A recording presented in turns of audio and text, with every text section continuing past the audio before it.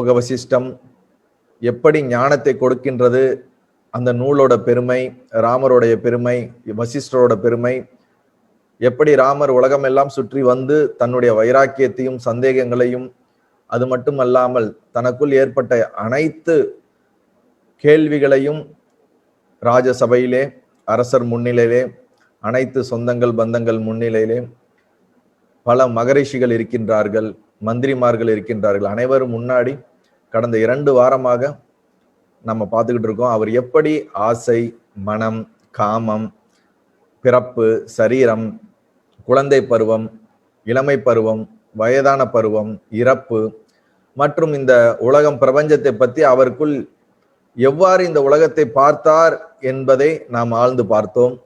அவருடைய பார்வை எவ்வாறு வைராக்கியத்துடனும் எந்த மாதிரி இருந்தது, எவ்வாறு விளக்கங்களை கொடுத்தார், அவருடைய கேள்விகளை அனைத்துமே நாம் பார்த்தோம். அதற்கு உண்டான பதில்கள் என்ன அப்படிங்கிறத பார்க்க போறோம்.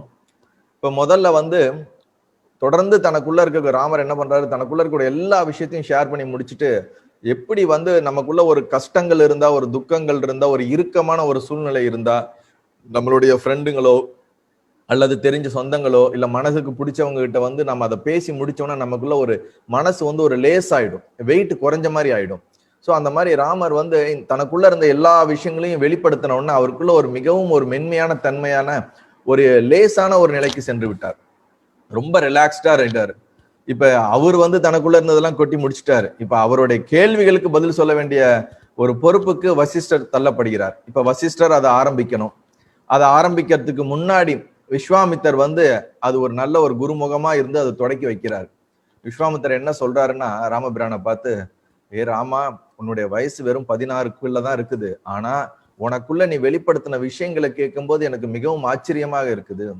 இந்த மாதிரி ஒருத்தர் உலகத்தை பார்த்து ஒரு புரிதல்ல கேட்க முடியுமா, அதுவும் உன்னுடைய வயதுக்குள்ள இப்படி கேட்க முடியுமா அப்படிங்கும்போது நீ ஒரு சாதாரண ஒரு மனிதராக கிடையாது, மனித உடலிலே ஒரு மிகப்பெரிய அவதார புருஷன் என்றது எனக்கு புரியுது.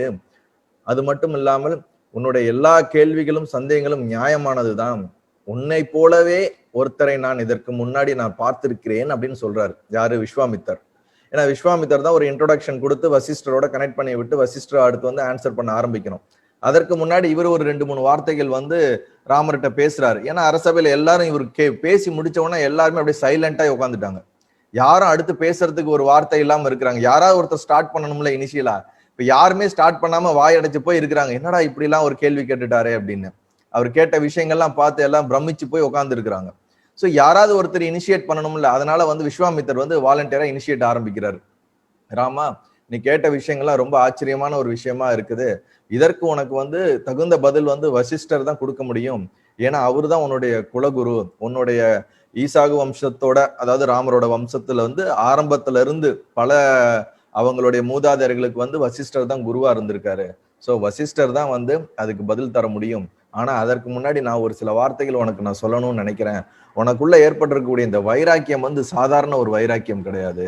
இதற்கு முன்பே இதே போல் ஒரு வைராக்கியத்துடையவரை நான் பார்த்திருக்கின்றேன். அவர் வேற யாருமே கிடையாது. உன்னுடைய தந்தை உட்கார்ந்து இருக்காருல்ல, அவர் பக்கத்துல ஒரு வியாசர்னு ஒருத்தர் உட்கார்ந்து இருக்காரு. அவருடைய புத்திரர் தான் சுகர் தான். அந்த சுகரை போலவே வைராக்கியம் உனக்கும் ஏற்பட்டிருக்கு அப்படின்னு ஒரு வார்த்தை அங்க சொல்றாரு. ஆக்சுவலி வியாசர், சுகர், இன்னும் பல மகரிஷிகள் இந்த இடத்துக்கு வந்திருக்கிறாங்க. அவங்க எல்லாருமே அங்க இருக்கிறாங்க. சோ அந்த நேரத்துல அவரு சுகரை கோட் பண்றாரு. சுகரை கோட் பண்றாரு. உடனே ராமருக்கு ஒரு கேள்வி வருது. அப்படியா? அப்ப சுகருக்கு உள்ள சுகர் மகரிஷிக்கு என்ன நடந்தது, அவருக்குள்ள எப்படி ஞானம் அடைஞ்சாரு அப்படிங்கறத எனக்கு சொல்லணும்னு அவர் கேட்கிறாரு. உடனே விஸ்வாமித்தர் ஆரம்பிக்கிறாரு. அதாவது ஒரு காலத்துல திகம்பரராக இருந்தாரு சுகர் பிரம்ம ரிஷி அப்படிங்கிறார். திகம்பரர்னா உடல்ல எந்த விதத்திலையும் ஒரு ஆடை இல்லாம, சதாசிவ பிரம்மேந்திரர் எப்படி ஒரு நாகா கோலத்துல எப்பயும் இருக்கிற மாதிரி உடல்ல எந்த ஒரு ஆடையும் இல்லாம அந்த சரீரத்தோடய எப்பயும் இருப்பாங்க. ஸோ அந்த மாதிரி தன்னோட 16 வயசுலயே சுகரும் தன்னோட 16 வயசுலயே யாரோட உதவியும் இல்லாமல் தனக்குள்ளே ஏற்பட்ட கேள்வி ஞானத்தினால் அது கேள்வி கேட்டு கேட்டு கேட்டு கேட்டு அதுக்கு பதில கண்டுபிடிச்சு எப்படி இப்ப ராமர் ஒரு தெளிவுக்கு வந்திருக்க மாதிரி அதுலயும் காட்டி அதிகமான ஒரு தெளிவு அடைஞ்சு, இந்த தெளிவு தான் இறுதி தெளிவா அப்படின்னு இவருக்கு ஒரு சந்தேகம் இருக்குது. ஏன்னா தான் கண்டுபிடிச்ச விஷயம் சரிதானான்னு இவரால் உறுதிதனமா சொல்ல முடியல. ஆனா ஒரு அந்த ஹையர் ஸ்டேட்னு சொல்லக்கூடிய ஒரு இறுதி நிலைக்கு வந்துட்டாரு. ஆனா இந்த நிலைக்கு மேல ஏதும் ஒன்று இருக்குதா? நான் தெரிஞ்ச வரைக்கும், நான் புரிஞ்ச வரைக்கும் இந்த உலகத்துல பிரபஞ்சத்துல அலசி ஆராய்ஞ்சு பார்த்துட்டேன். இதுக்கு மேல எந்த ஒரு விஷயமும் கிடையாது அப்படின்னு சுகர் தனக்குள்ள ரியலைஸ் பண்ணாலுமே, இதற்கு மேல் எதுவும் இருக்குதா அப்படின்னு அவருக்கு ஒரு சின்ன சந்தேகம் இருக்கு. அதை உறுதிப்படுத்தணும். அந்த மாதிரி இல்ல இதுதான் இறுதி அப்படிங்கறத அந்த உறுதிப்படுத்த வேண்டிய தேவை அவருக்கு இருக்குது. உடனே அவர் என்ன பண்றாரு, நேரா தன்னுடைய தந்தைகிட்ட போறாரு. தந்தை யாருன்னா வியாச ரிஷி. வியாசர் தெரியும் உங்களுக்கு, பல புராணங்கள் எழுதியிருக்காரு, பல பிரம்மசூத்திரங்களை எழுதியிருக்காரு, தொடர்ந்து அவர் மிகப்பெரிய ஒரு ஞானி. அவர்கிட்ட போய் கேட்கிறாரு, இதெல்லாம் எனக்கு இந்த பிரபஞ்சம்னா என்ன, சம்ஸ்காரங்கள்னா என்ன, ஏன் துக்கங்கள் வருது, ஏன் ஜீவன்கள் வருது, இது ஒரு தொடர்ந்து ஒரு 14 வகையான கேள்விகளை வந்து வியாசர் ரிஷி கிட்ட கேட்கிறாரு. வியாசரும் அதுக்கு உண்டான எல்லா பதிலையும் கொடுக்குறாரு. இந்த பதில் எல்லாமே எனக்கு ஏற்கனவே தெரியுமே, இது எல்லாமே எனக்குள்ளேயும் நான் வந்து கண்டுபிடிச்சிட்டேன், ஆனா இதை விட வேற எதுவும் இருக்குதா அப்படின்னு கேட்கிறாரு. உடனே வியாசர் என்ன நினைக்கிறாரு, இதை விட ஒரு பெரிய விஷயம் ஒண்ணும் கிடையாதுப்பா, இவ்வளவுதான் எனக்கு தெரிஞ்ச வரைக்கும், இவ்வளவுதான், இதுக்கு மேல எந்த ஒரு இதுவும் கிடையாது, இதுதான் இறுதி அப்படின்னா. உடனே அவர் வந்து ஏத்துக்க தயாரா இல்லை. ஏன்னா எப்பயுமே குழந்தைங்க வந்து தாய் தந்தையர் சொன்னா ஏத்துக்க மாட்டாங்க, வேற யாராவது சொன்னா கூட ஏத்துக்குவாங்கல்ல. அதே மாதிரி வந்து சுகர் வந்து அவர் சொல்ற வார்த்தையில வந்து திருப்தி இல்லாம, இல்ல இன்னும் வேற ஏதோ இருக்கும், நீங்க எனக்கு சொல்லுங்க அப்படின்னு கேட்கும்போது, அப்ப வியாசர் சொல்றாரு, இல்லப்பா எனக்கு வந்து இவ்வளவுதான் தெரியும், ஆனா எனக்கு தெரிஞ்ச ஒரு ராஜா இருக்காரு, அவர் மிகப்பெரிய ஒரு ஞானி, எனக்கு தெரியும், அந்த ஞானிகிட்ட போய் வேணா நீ உனக்கு சந்தேகங்கள் இருந்தா கேளு. அவர் வந்து சம்ஸ்காரத்துல, அதாவது விவகாரத்துல வாழ்க்கையும் வாழ்ந்து கொண்டு அரசனாக இருந்து மிகப்பெரிய ஒரு ஞானியாகவும் இருக்காரு. யாக்ஞவல்யர் என்ற மிகப்பெரிய ஒரு ரிஷியோட சீடராகவும் இருக்காரு. என்கிட்ட கூட பாடம் படிச்சிருக்காரு. நீ அவர்கிட்ட போய் நீ கேட்டேன்னா அவர் எதுவும் உனக்கு சொல்ல வாய்ப்பு இருக்குன்னு சொல்லி அழகா வந்து வியாசர் மகரிஷி என்ன பண்றாரு, சுகரை வந்து ஜனக மகாராஜிட்ட வந்து தள்ளி விட்டுறாரு. போய் நீ ஜனக மகாராஜிட்ட பார்த்து அவர்கிட்ட வந்து உன்னுடைய சந்தேகங்கள்லாம் கேளுன்னு அவர்கிட்ட அனுப்பிச்சு விட்டுறாரு. உடனே இவர் உடனே அங்கிருந்து கிளம்பி டே நைட்டா டிராவல் பண்ணி நேரா போய் ஜனக மகாராஜ் பாக்குறதுக்கு அவருடைய தேசத்துக்கு உள்ள போறாரு. அங்க போய் இந்த மாதிரி நான் வந்து வந்திருக்கிறேன், நான் வந்து ராஜாவை பார்க்கணும், எனக்கு சில சந்தேகங்கள்லாம் இருக்கு, அவரை கேட்கணும்னு இருக்காரு. இவர் வந்திருக்க செய்தி ராஜாவுக்கு வந்தவொடனே ஜனக மகாராஜா என்ன பண்றாரு, அவரை வெயிட் பண்ண சொல்லு, நான் பாக்குறேன் அப்படின்னு சொல்லிட்டாரு. 7 நாள் ஊருக்குள்ள வெயிட் பண்றாரு. ராஜா கூப்பிடவே இல்லை. அவர் வெயிட் பண்ணிக்கிட்டே இருக்காரு. 7 நாளுக்கு அப்புறம் வந்து திருப்பியும் வந்து ராஜா வந்து சரி அவரை வந்து கூட்டிட்டு வாங்க அப்படின்னு சொல்றாரு. கூட்டிட்டு வந்து அந்த புறத்துல வெயிட் பண்ண சொல்லுங்க, நான் எப்ப சொல்றேனோ அப்ப என்ன கூட்டிட்டு வாங்க அப்படின்றாரு. சோ அப்ப வந்து அவர் வந்து ஊருக்குள்ள வந்துடுறாரு. ஊருக்குள்ள வந்ததுக்கு அப்புறம் அரண்மனைக்குள்ள வந்துடுறாரு. அரண்மனைக்குள்ள வந்து கூடுமே 7 நாள் வெயிட் பண்றாரு. ஒவ்வொரு நாள் ஒவ்வொரு விதமான பணிவிடைகளுக்குள்ள வந்து அவர் தள்ளப்படுறாரு. இவரு ஜனகர் மகாராஜா என்ன பண்றாருன்னா, இந்த சுகர் வந்து பக்குவம் அடைஞ்சிருக்காரா இல்லையான்னு டெஸ்ட் பண்ண பாக்குறாரு. அதனால இந்த அரண்மனையோட போகங்கள், இங்க இருக்கக்கூடிய எல்லா விதமான சௌந்தரியங்கள், ஐஸ்வர்யங்கள் எல்லாம் அவர் முன்னாடி ஏற்படுத்தி கொடுத்து, அங்க இருக்கக்கூடிய எல்லா விதமான சௌரியங்கள்லாம் அவங்களுக்கு வந்து கம்ஃபர்ட்னஸ், லக்ஸுரி, எல்லா விதமான லக்ஸுரியும் அவர் கொடுக்குறாரு. இது ஒரு அதுக்கு வந்து இவர் எப்படி அதை வந்து ரியாக்ட் பண்றாரு பாருங்கன்னு சொல்றதுக்கு ஒரு 2 பேரை வச்சு அதை மானிட்டரும் பண்றாரு. ஸோ அவங்களுடைய அந்த புற பெண்கள்ல இருந்து எல்லாத்துக்குமே அவங்களுக்கு சேவை பண்றதுக்கு போய் எல்லாம் பண்றாங்க. ஆனா அந்த 7 நாளும் எந்த ஒரு டிஸ்டர்பன்ஸும் இல்லாம, இவரையும் யாரையும் டிஸ்டர்ப் பண்ணாம, அவங்க செய்யக்கூடிய விஷயங்கள்ல தனக்குள்ளேயும் டிஸ்டர்ப் ஆகாம, வந்த நோக்கம் என்ன, தேவை என்ன, அந்த தேவையிலே வந்து தெளிவாக உள்ளுக்குள்ள வந்து ஸ்திரமாக இந்த சுகர் இருக்காரு, சுகர் ரிஷி. இதை வந்து புரிஞ்சு கொண்ட ஜனக மகாராஜா வந்து, ஓ கண்டிப்பா இவருக்குள்ள ஒரு ஆழமான ஒரு பக்குவத்தன்மை அடைஞ்சிட்டாரு, கரெக்ட், இப்ப நாம இவரை பார்க்கலாம் அப்படின்னு சொல்லி 7 நாள் கழிச்சு அவர் தன்னை பார்க்கறதுக்கு அவருடைய இருப்பிடத்துக்கு வர வைக்கிறாரு. சுகர் வராரு. வந்த உடனே ஜனக மகாராஜா எந்திரிச்சு நமஸ்காரம் பண்ணிட்டு தான் உட்கார்ந்து இருக்கக்கூடிய அந்த அரியாசனத்தில் ரிஷியை உட்கார வச்சுட்டு இவர் வந்து பக்கத்துல ஒரு சின்ன அரியாசனத்துல உட்காந்துடுறாரு.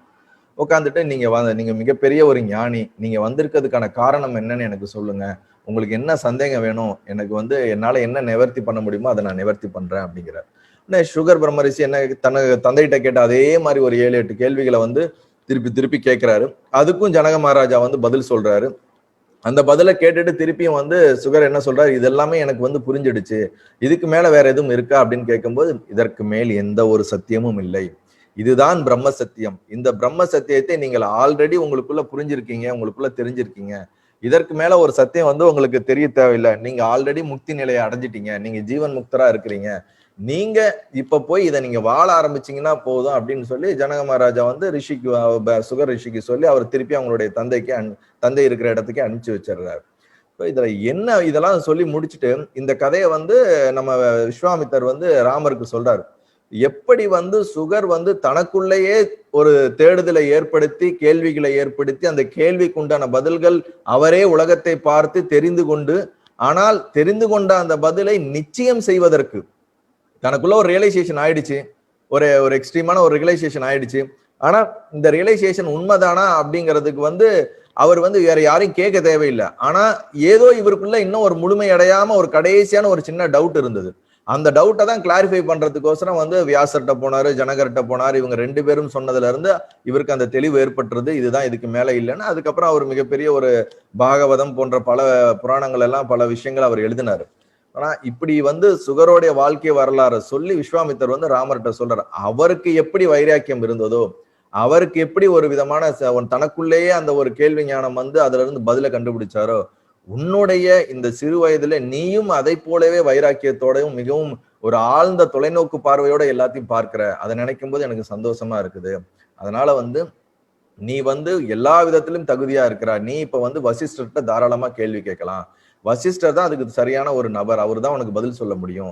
ஏன்னா அவர் பிரம்மாவுடைய புத்திரர். நானாச்சு சத்திரிய குலத்துல பிறந்து நான் பல தவங்கள் பண்ணி நான் உணர்ந்திருந்தாலும் அவர் என்னை விட அதிகமான இந்த சாத்வீகமான கர்மங்கள்ல ஈடுபட்டு அதுல ஞானத்தை பெற்றிருக்கனால அவரு தான் உனக்கு சொல்ல முடியும்னு சொல்லி அவர் நேரா வசிஷ்டர்கிட்ட கை காட்டி விட்டுறாரு. வசிஷ்டரும் ராமரை பார்த்து அவன் தயாராக இருக்கிறாரா அப்படின்னு பாக்குறாரு. உடனே ராமர் சொல்றாரு, இங்க பாருங்க, வசிஷ்டர்கிட்ட சொல்றாரு, இங்க பாருங்க, நான் எனக்கு தெரிஞ்சது எல்லாத்தையும் சொல்லிட்டேன், கேட்டுட்டேன். நான் ஏதாவது தவறா சொல்லியிருந்தா என் மேல தவறு இருந்தா மன்னிச்சுக்குங்க. ஆனா எனக்கு நீங்க சரியான பதில தான் சொல்லணும் அப்படின்னு ஒரு கண்டிஷன் போடுறாரு. யாரு? ராமர். கண்டிஷன்னா எப்படி? நீங்க எனக்கு தப்பா சொல்லக்கூடாதுன்னு இல்ல, ஒரு ரிக்வஸ்ட் மாதிரி, ஒரு ஹம்பிள்டா, அதே மாதிரி ஸ்ட்ராங்காவும் தனக்கு என்ன பதில் வேணும், எனக்கு எப்படிப்பட்ட பதில் வேணும் அப்படிங்கிறத தெளிவுபடுத்துறாரு ராமர். இதற்கு மேலும் எனக்கு எந்த ஒரு கலக்கமும் வராத அளவுக்கு எது சரியான அந்த உத்தமமான பதிலோ அந்த பதிலை எனக்கு தாருங்கள் அப்படின்னு ராமர் கேட்கிறார் வசிஷ்டர்கிட்ட. அது மட்டும் இல்லாமல் மீண்டும் எனக்கு இந்த மனக்கலக்கம் இதற்கு பின் இந்த இதுல வரவே கூடாது அப்படிங்கிறாரு. அதற்கு எது சரியான பதிலோ அதை கொடுக்கணும் அப்படின்னு சொல்றாரு. அது மட்டும் இல்ல, அதோட சேர்ந்து நீங்க மத்தவங்களுக்கு பதில் சொல்ற மாதிரி ஏதோ தோணான்னு சொல்லி என்னை அப்படியே சைலண்ட் பண்ற மாதிரி எல்லாம் நீங்க இப்ப சொல்லக்கூடாது. நீங்க சொல்ற பதில கேட்டு எனக்குள்ள அப்படியே நான் தெளிவடைஞ்சணும், அந்த மாதிரி சொல்லணும்னு நிறைய கண்டிஷன்ஸ் போடுறாரு. யாரு? ராமர். ஏன்னா இவர் நம்ம சின்ன பையன் நினைச்சிட்டு நமக்கு ஏதோ ஒரு சாதாரண பதில சொல்லி நம்மளை இது பண்ணிடக்கூடாதுன்னு சில விஷயங்களை எஸ்டாப்ளிஷ் பண்றாரு. அப்ப வசிஷ்டர் என்ன நினைப்பாரு, இந்த சின்ன பையன் இந்த வயசுலயே இந்த மாதிரி எல்லாம் கேள்வி கேட்கிறாரு, இவரு அவங்க அப்பா வேற பக்கத்துல உட்காந்துட்டு இருக்காரு, தசரத மகாராஜா, இவ ஏதாவது சன்னியாசம் எடுத்துட்டு போயிட்டா என்ன பண்றதுன்னு அவருக்கு வசிஷ்டருக்கு ஒரு எண்ணம் வருமோ என்ன நினைச்சுக்கிட்டு ராமர் அதுக்கும் பதில் சொல்றாரு. இந்த சம்ஸ்காரத்துல இருந்து நான் விட்டுட்டு நான் போறதுக்கு நான் உங்ககிட்ட எந்த பதிலும் கேட்கலன்னு ஒரு தெளிவுபடுத்துறாரு. இதுலயே இருந்துகிட்டு இதுல இருந்து எப்படி வெளியே வர்றதுக்கு உண்டான என்ன வழியோ அதையும் எனக்கு சொல்லுங்க. எனக்கு அந்த மாதிரி போறதுல எனக்கு விருப்பம் இல்ல. எனக்கு அதை நான் வெறுத்து நான் வெளியே போகணுங்கிறது இல்ல, நான் அதுல இருந்து தெளிவு பெறணும் அப்படிங்கறதுலதான் நான் உங்களை கேட்கிறேன் அப்படிங்கறத சொல்றாரு. அதெல்லாம் ரொம்ப அழகா அந்த ஸ்லோகங்கள்லாம் பார்க்கும்போது ரொம்ப அழகா அந்த வார்த்தையை எப்படி ராமர் வெளிப்படுத்துறாருன்னு பார்த்தேன்னு வச்சுங்களேன், அவ்வளவு நல்லா இருக்குது. அதுக்கப்புறம் வசிஷ்டர் வர்றாரு. வசிஷ்டர் அவர் பேச ஆரம்பிக்கிறாரு. அவர் தன்னுடைய கருத்துக்களை சொல்லும் போது அவர் சொல்றாரு, நீ சரியான ஒரு அதிகாரியாக இருக்கிறாய் அப்படிங்கிறார் வசிஷ்டர். அதிகாரினா என்னன்னா, ஒரு விஷயத்த நம்ம சொல்வதற்கு அது வாங்கக்கூடிய தன்மையில அந்த மாணவன் இருந்தாதான் டீச்சர் அதை சொல்லி கொடுக்க முடியும்.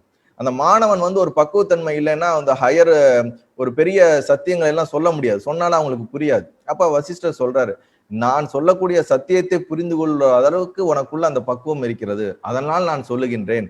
அது மட்டும் இல்ல, எப்படி பிரம்மா எனக்கு இந்த சத்தியங்களை சொல்லி என்னை ஒரு ஞானத்தன்மைக்கு என்னை உயர்த்தினாரோ அந்த சத்தியத்தை உன்னை கூட நான் பகிர்ந்துக்கிறேன் அப்படிங்கிறார்.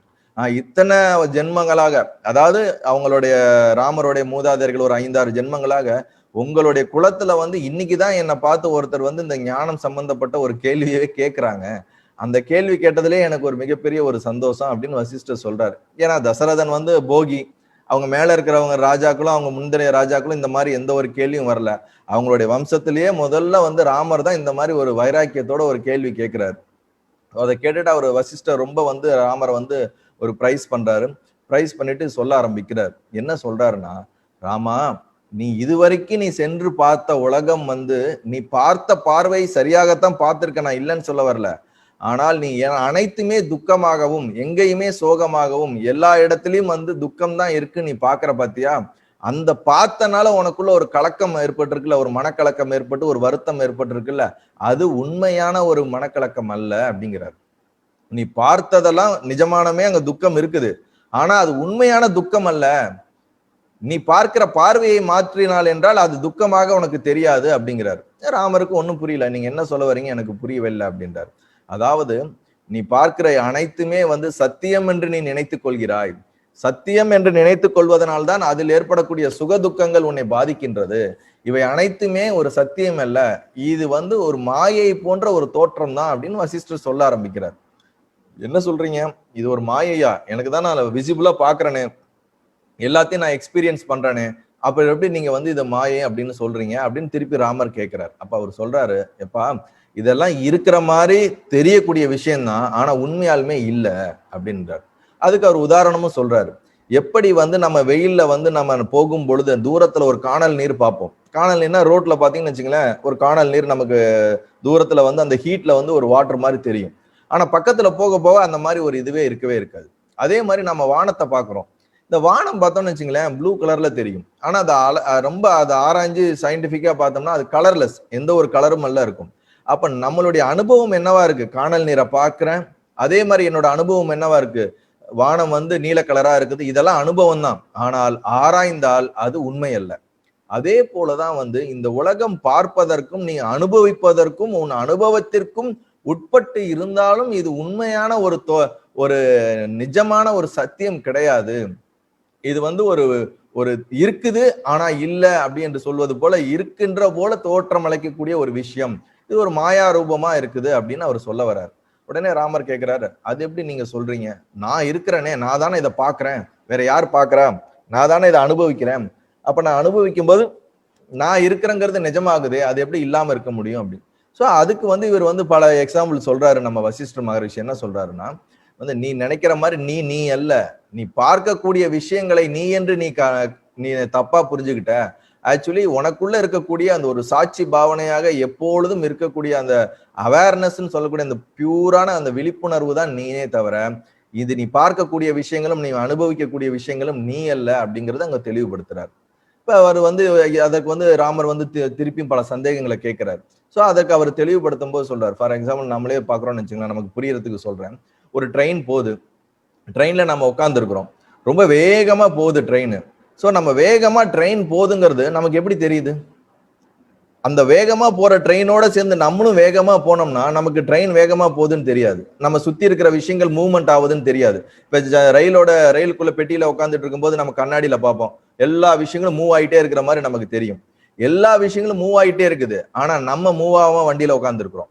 சோ எது ஒரு மூவ்மெண்ட் இல்லாம இருக்கும் போதுதான் எல்லா மூவ்மெண்ட்டையும் பார்க்க முடியும். அதே போல ஒரு ரயில் போறதுக்கு அது ரொம்ப ஸ்பீடா போனாலும் தண்டவாளம்ங்கிறது ஒண்ணு இருக்குது. தண்டவாளம்ங்கிறது ஒண்ணு ஸ்டாட்டிக்கா பர்மனண்டா அந்த இடத்துல இல்லாட்டினா அந்த மூவ்மெண்ட்னு ஒண்ணு இருக்காது. நல்லா புரிஞ்சுக்குங்க, ஒரு ஆழமான சத்தியம். ரயில் போகுது, ரயில் வேகமா போகுதுன்னா தண்டவாளம்ங்கிறது ஒரு பேஸ் இருக்குது, அது இல்லாட்டினா இது போகாது. அப்ப இந்த தண்டவாளத்தினாலதான் இந்த ரயிலே மூவ் ஆகுது, இல்லாட்டி மூவ் ஆகாது. அதே போல நம்ம ரயில் பெட்டிக்குள்ள உட்காந்து நம்ம கண்ணாடி வழியா பார்த்தோம்னா நாம் ஸ்டெடியாக ஒரே இடத்துல உட்கார்ந்து இருக்கிறனால மற்றவை அனைத்தும் அதாவது மூவ்மெண்ட் ஆகிறது, அதாவது போய்கிட்டே இருக்கிற மாதிரி நமக்கு தெரியுது. அப்ப நம்ம அந்த இடத்துல ஸ்டாட்டிக்கா இருக்கிறோம், நிலையாக இருக்கிறோம். அதே மாதிரி ரயிலோட தண்டவாளம் நிலையாக இருக்கிறது.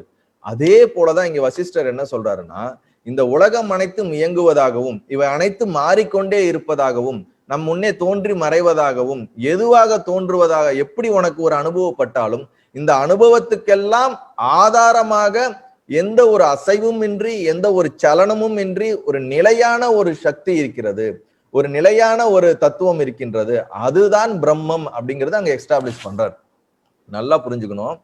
இது ஒரு நல்ல எக்ஸாம்பிள். நீங்க கொஞ்சம் யோசிச்சு பாருங்க. நம்ம ட்ரெயின் போகுது, ட்ரெயின் போறதுக்கு தண்டவாளம் இல்லாட்டி ட்ரெயின் மூவ் ஆகாது. அதே போல இந்த பிரபஞ்சம்னு சொல்லக்கூடிய நம்ம இந்த கிரகங்களா இருக்கட்டும், மனிதர்களா இருக்கட்டும், செடி கொடிகளா இருக்கட்டும், இந்த உலகமா இருக்கட்டும், இது அனைத்தும் இயங்குது. ஏன்னா ஒரு மூவ்மெண்ட் இருக்கணும்னா அந்த மூவ்மெண்ட் இருக்கிறத அப்சர்வ் பண்ணக்கூடியது அன்மூவ்மெண்டா இருக்கணும். அப்படி இல்லாட்டினா நம்ம அப்சர்வ் பண்ணணும். நம்ம உட்காந்துட்டு வண்டியில உட்காந்துட்டு நம்ம ஜன்னல் வழியா நம்ம ஸ்டெடியா உட்கார்ந்து இருந்தாதான் வெளியில இருக்க மூவ்மெண்ட்டை பார்க்க முடியும். நம்ம மூவ்மெண்ட்லயே இருந்தோம்னா வெளியில இருக்கக்கூடிய மூவ்மெண்ட் நமக்கு தெரியாது, நம்ம ரொம்ப ஸ்பீடா போய்கிட்டு இருப்போம். அப்ப நமக்குள்ள ஏதோ ஒரு சக்தி, ஏதோ ஒரு விழிப்புணர்வு எப்பயுமே சலனம் இல்லாம மாறாம அப்படியே ஸ்டெடியா நமக்குள்ள ஒரு சாட்சி பாவனையில ஒன்று இருந்துகிட்டே இருக்கிறனாலதான் நம்மை சுற்றியும் நமக்கு உள்ளேயும் நடக்கக்கூடிய அனைத்தையுமே அதை சாட்சியாக பார்த்து கொண்டே இருக்கிறது. நீ வந்து ராமர்கிட்ட சொல்றாரு, நீ நானுன்னு சொல்ற அந்த நான் வந்து இந்த மொத்தத்தோட பிரபஞ்சத்தோட இயங்கி மாறிக்கிட்டே இருக்கக்கூடிய நானை தான் நீ சொல்ற.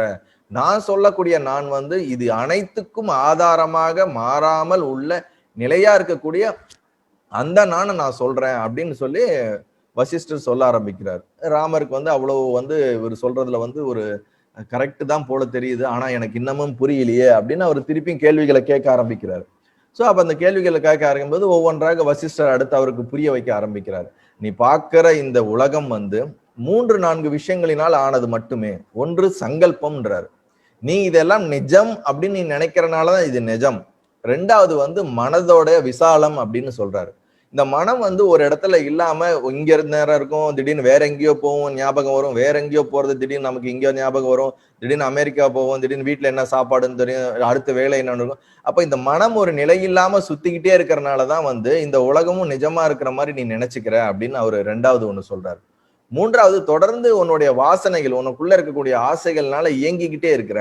நீ பல பிறப்புகளாக வந்து நமக்குள்ள இந்த வாசனைகள் இருந்துகிட்டே இருக்குது. அந்த கர்ம வாசனைகள்னால இதையெல்லாம் நாம் நிஜமாக இருப்பது போல நாம் அனுபவிக்கிறோம். ஆனா அது அப்படி கிடையாது அப்படின்னு சொல்லி 3வது சொல்றாரு. 4வது என்ன சொல்றாருன்னா, இது அனைத்தும் வந்து ஒரு எப்படி ஒரு மேஜிக் மேன் வந்து ஒரு ஷோ நடத்தினானா அவனுக்கு வந்து நிஜமாலுமே கையில இருந்து ஒரு பாம்பு எடுக்கிற மாதிரி ஒரு பறவை வர மாதிரி எல்லாம் பண்ணுவான். ஆனா அவனுக்குள்ள ஒரு ட்ரிக் இருக்கும். அதே மாதிரி இந்த பிரம்மம் வந்து இந்த உலகத்தையே நிஜம் போல நமக்கு வந்து நடத்துவது போல நம்ம முன்னாடி வந்து அது ஒரு விதமான மாயாஜாலம் செய்கிறது. அந்த மாயாஜாலத்தை பார்த்து நாம் மயங்கி விடுகின்றோம். நமக்குள்ள இருக்கக்கூடிய அந்த மயக்கத்தினால்தான் இது நிஜமாக தெரிகிறதே தவிர இது நிஜம் அல்ல அப்படின்னு 4 விஷயங்கள். இந்த 4 விஷயத்தினாலதான் நம்ம வந்து நமக்குள்ளே புரியாமல் நாம் வந்து இதை நிஜமாக நினைத்து கொண்டிருக்கிறோம் என்று ராமபிரானுக்கு அவருக்கு எக்ஸ்பிளைன் பண்றாரு. அப்ப அவர் ஒவ்வொன்றா இப்படி எக்ஸ்பிளைன் பண்ணிட்டு இருக்கும்போது அவருக்கு மீண்டும் மீண்டும் மீண்டும் மீண்டும் இந்த கேள்விகள் உள்ள வந்துகிட்டே இருக்கு. சந்தேகங்கள் அவருக்கு போவே இல்லை. அப்ப வந்து இதெல்லாம் தெளிவுபடுத்தணும்னா அதுக்கு வந்து ஒரு முக்கியமான ஒரு விஷயம் வேணும் அப்படின்னு சொல்றாரு. அதாவதுன்னா ஒரு பௌருஷம் அப்படின்ற ஒரு விஷயத்தை இங்க சொல்றாரு. தொடர்ந்து இந்த அஞ்ஞானத்தை வந்து நீக்குவதற்கு உண்டான முயற்சியில நாம ஈடுபடணும் அப்படின்றாரு. ஏன்னா இப்ப நான் சொல்லக்கூடிய சத்தியங்கள் அனைத்தும் உனக்குள்ள உடனடியாக எடுத்துக்கொள்ளாம இருப்பதற்கு இது சத்தியம் தான், அதுல மாற்று கருத்துல பிரம்மம் சத்தியம் ஜெகத் மித்தியம்ங்கிறதுல மாற்று கருத்துலன்னு வசிஷ்டர் சொல்லிட்டு, இப்ப நான் சொல்றத உன்னால முழுமையா வந்து இதை ஏத்துக்கொள்ள முடியாதுக்கு ஏதோ ஒரு தடையா இருக்குல்ல, ஏதோ ஒரு அனுபவம் இல்லாம இருக்கிறதுக்கு ஒரு தடையா இருக்குல்ல, அந்த தடைக்கு பேரு தான் வந்து அஞ்ஞானம் என்று சொல்கிறார். அஞ்ஞானம்னா என்னன்னா அவிக்தை. அவிக்தைனா இருள், டார்க்னஸ், ஏதோ வந்து நமக்குள்ள வந்து இன்னமும் புரியாம இருக்கக்கூடிய ஒரு இக்னரன்ஸ். ஸோ அந்த இக்னரன்ஸை வந்து நம்ம வந்து நீக்கி ஆகணும். அந்த இக்னரன்ஸ் நீங்கிச்சுனாவே நீ ஆட்டோமேட்டிக்காவே அந்த ஞானத்தன்மையில தான் இருப்ப அப்படின்னு சொல்றாரு. அந்த இக்னரன்ஸை நீக்குவதற்கு நீ வந்து தொடர்ந்து முயற்சி பண்ணணும், சரியான வழியில நடக்கணும், தர்மப்படி நடக்கணும். அது மட்டும் இல்லாம வாழ்க்கையில தொடர்ந்து முயற்சி பண்ணிக்கிட்டே இருக்கணும் அப்படின்றார். முயற்சி தான் வாழ்க்கைன்னு நீங்க சொல்ல ஆரம்பிக்கிறார். இந்த அஞ்ஞானத்தை போக்குவதற்கு ஒரே வழி என்னன்னா முயற்சி முயற்சி முயற்சி. இந்த முயற்சி பண்ணிக்கிட்டே இருந்தா மட்டும்தான், தொடர்ந்து விடாது முயற்சி பண்றதன் மூலியமாக நமக்குள்ள இருக்கக்கூடிய அஞ்ஞானத்தை வந்து நாம வந்து விளக்கிடலான்றார். சரி முயற்சி ஓகே, எங்க முயற்சி பண்றது, எதுல முயற்சி பண்றது, இந்த கேள்வி நமக்கு வரலாம். ஸோ அப்ப அவர் என்ன சொல்றாருன்னா, சாஸ்திர விதிப்படி எப்படி நம்மளுடைய முன்னோர்கள் என்ன தர்மங்கள் படி சொல்லியிருக்காங்களோ, நம்ம முன்னோர்கள் எப்படியெல்லாம் வந்து ஞானத்தை அடைவதற்கு வழி சொல்லியிருக்காங்களோ அந்த வழிப்படி நம்ம வந்து பயிற்சி செய்து முயற்சி செய்யும் பொழுது நமக்குள்ள இருக்கக்கூடிய தேவையில்லாத அஞ்ஞானங்களை நாம் வந்து விலக்கி விட முடியும் அப்படிங்கிறத இங்க சொல்ல வர்றாரு வசிஷ்டர். இது எல்லாத்தையும் பொறுமையா என்ன பண்றாரு, ராமர் ஆழ்ந்து உட்காந்து கேட்டுக்கிட்டே இருக்கிறார். ராமர் மட்டும் கேட்கல, லக்ஷ்மண் கேட்கிறாரு, பரதர் கேட்கிறாரு, சத்ருகன் கேட்கிறாரு. ஏன்னா தசரதன் என்ன பண்றாரு, ராமர் கேட்ட கேள்வி எல்லாம் பார்த்துட்டு மிகப்பெரிய ஒரு எல்லாம் கேள்வி எல்லாம் கேட்கிறாரு. மற்ற பசங்களும் நம்ம என்ன பண்ணுவாங்க, பெரியவங்க யாராவது ஒருத்தவங்க பேசினாங்கன்னா என்ன சொல்லுவாங்க, அவங்களையும் கூட்டிட்டு வந்து உட்கார சொல்லு, அவனும் 4 விஷயம் கேட்கட்டும், அவனும் தெரிஞ்சுக்கிட்டும்பாங்கல்ல. அதே மாதிரி என்ன பண்றாரு தசரதன், மற்ற பசங்களையும் கூட்டிட்டு வராரு. அது மட்டும் இல்ல, எல்லா ரிஷிமார்களும் வந்துடுறாங்களாம். இந்த சத்சங்கம் நடக்கும் பொழுது எல்லா ரிஷிமார்களும் அந்த ஊரே அந்த இடத்துல ஒன்று கூடிருச்சான், ஏதோ ஒரு பெரிய விஷயம் நடக்க போகுதுன்னு. அதுல சொல்றாங்க யோக வசிஷ்டத்துல, தேவர்களும் பல ரிஷிகளும் வானத்துல இருந்து இதெல்லாம் கேட்டுக்கிட்டு இருந்தாங்க அப்படிங்கிறத சொல்றாங்க. ஸோ இப்படி வந்து வசிஷ்டர் வந்து இந்த பிரம்ம சத்தியத்தை ஒவ்வொன்றா எடுத்து சொல்றார். எப்படி வந்து மகாபாரதத்துல வந்து 2வது அத்தியாயம் இருக்கும், 2வது அத்தியாயத்திலே வந்து சாங்கிய யோகத்திலே வந்து பகவான் கிருஷ்ணர் வந்து எல்லா சத்தியத்தையும் சொல்லிடுவார். ஆனா அதுக்கப்புறம் புரியாது யாருக்கு, அர்ஜுனனுக்கு. அதுக்கப்புறம் 17-18 அத்தியாயத்துக்கு போவார். ஆனா ஃபர்ஸ்ட் அத்தியாயத்திலே அந்த இறுதி சத்தியத்தை சொல்லிடுவார். அதே மாதிரி இங்க வந்து வசிஷ்டர் என்ன பண்றாரு, இந்த அவர் கேட்ட கேள்விக்கு உடனே டைரக்டா சொல்லிடுறாரு. ஒரே ஆன்சர், உன்னோட அஞ்ஞானம் தான் காரணம், வேற எதுவுமே கிடையாது. பிரம்மம் சத்தியம். இது அனைத்து இயங்குவதற்கும் எது ஆதாரமாக இருக்கிறதோ அதுதான் வந்து பிரம்மம், அதுதான் இறுதி. அந்த பிரம்ம தத்துவத்தை பிடிச்சுக்கோ.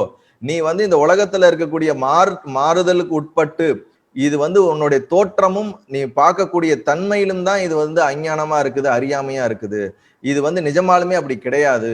இதை நீ வந்து தவறா பார்க்கிற, அந்த பார்வையை தான் நாம மாற்றணும் அப்படிங்கிறத வந்து அவர் எக்ஸ்பிளைன் பண்றார். இதுதான் அல்டிமேட் சத்தியம். ஆனால் இதை வந்து ராமர் தனக்குள்ள புரிவதற்கோசரம் தொடர்ந்து பல கேள்விகள் கேட்டுக்கிட்டே வர்றாரு. எப்படி அர்ஜுனர் கேட்டு 18வது அத்தியாயம் வந்த மாதிரி ராமரும் பல கேள்விகள் கேட்டுக்கிட்டே வர்றாரு. அந்த கேள்விகளுக்கு எல்லாத்துக்கும் பொறுமையா என்ன பண்றாரு, வசிஷ்டர் பதில் சொல்லிக்கிட்டே வர்றாரு. சார் அப்படி அவர் சொல்லும் போதுதான் வந்து இந்த இடத்துல நமக்கு வந்து முயற்சி மட்டும்தான் முக்கியம். முயற்சி உடையார் இகழ்ச்சி அடையார்ன்றார். முயற்சி திருவினையாக்கும். எப்படி நம்ம பல வாக்கியங்கள் கேள்விப்பட்டிருக்க மாதிரி முயற்சி பண்ணணும் அப்படின்றார். உடனே ராமர் கேட்கிறார், என்ன முயற்சி பண்ணணும், எதுக்கு முயற்சி பண்ணணும் அப்படிங்கும்போது, நாம் வந்து எந்த பிறவியிலோ எந்த காரணத்திலோ நாம் பிறந்து இந்த கர்மத்தை எடுத்திருக்கோம். ஆனா இப்ப வந்து நாம நம்மளுடைய கடந்த கால கர்மங்களை நினைச்சு நாம வருத்தப்படாம, விதிப்படிதான் நடக்குதுன்னு நினைச்சு நாம நடக்காம நம்ம வந்து முயற்சி பண்ணிக்கிட்டே இருக்கணும், மதியை பயன்படுத்த வேண்டும் அப்படின்னு சொல்றாரு.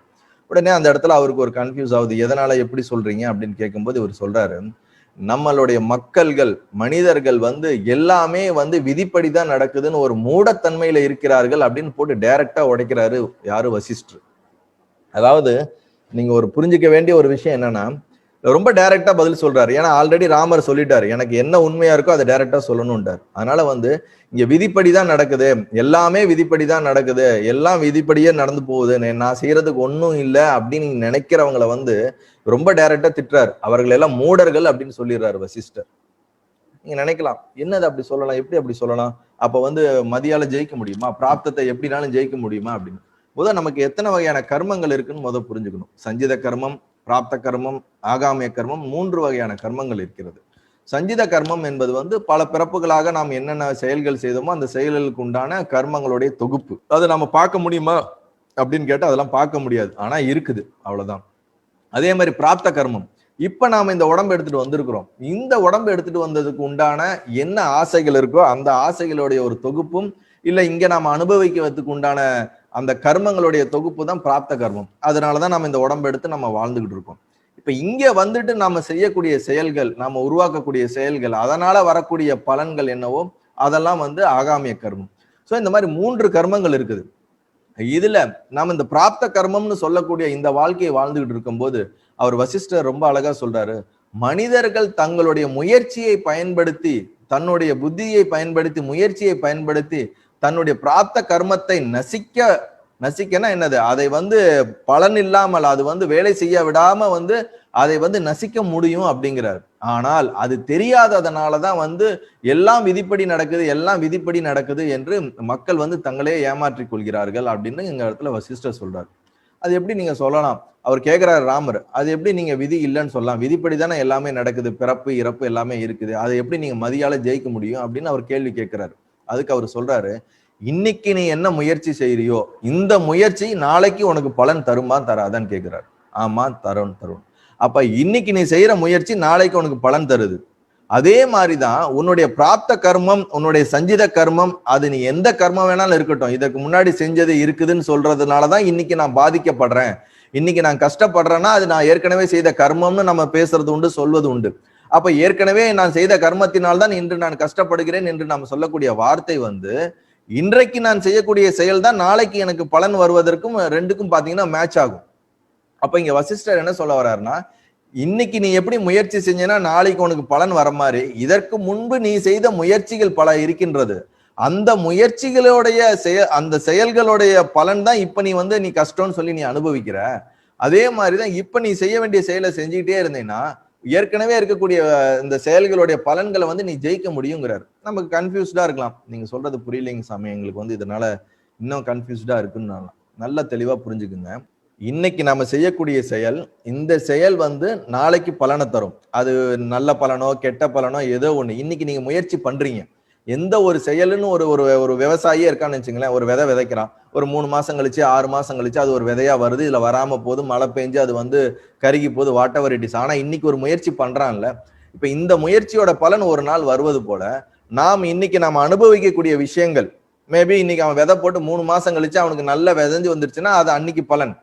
அப்ப அன்னைக்கு பொறுத்த வரைக்கும் அது வந்து நிஜமா இருந்தாலும் அதோட ரூட் எங்க இருக்குது? 3 மாசத்துக்கு முன்னாடி விதைச்ச அந்த நெல்லு தானே காரணம். அதே மாதிரி இன்னைக்கு நாம வந்து அனுபவிக்கிறது வந்து ஏற்கனவே எப்போதோ நாம் செய்த முயற்சி, ஏற்கனவே செய்த செயலுடைய பலன் தான் இப்ப இருக்குது. அப்படி அந்த பலன் இருக்கும் பட்சத்துல நாம இன்னைக்கு செய்யற செயலை நாம மாத்தி அமைச்சுக்கிட்டோம்னா இதற்கு பின்னாடி வரக்கூடிய செயல்களை வந்து நாம் மாத்த முடியும், அதை வரக்கூடிய பலன்களை மாத்த முடியும் அப்படின்னு சொல்றாரு. அது மட்டும் இல்லாம இன்னொன்னு சொல்றாரு, ஏற்கனவே நடந்து முடிந்த இந்த கர்மங்கள், இந்த செயல்கள், இந்த விதிகள் எல்லாம் வந்து வலுவிழந்து இருக்கின்றன அப்படிங்கிறார்.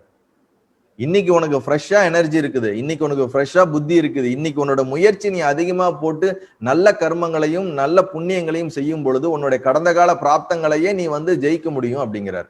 ஆனால் இன்னைக்கு நீ முயற்சி செய்யாமல் விடும் பொழுது ஏற்கனவே இருக்கக்கூடிய பிராப்தங்களுக்கு உண்டான பவர் அது அப்படியே வந்து இங்க வந்து செயல்படும் அப்படிங்கிறார். நல்லா புரிஞ்சுக்குங்க.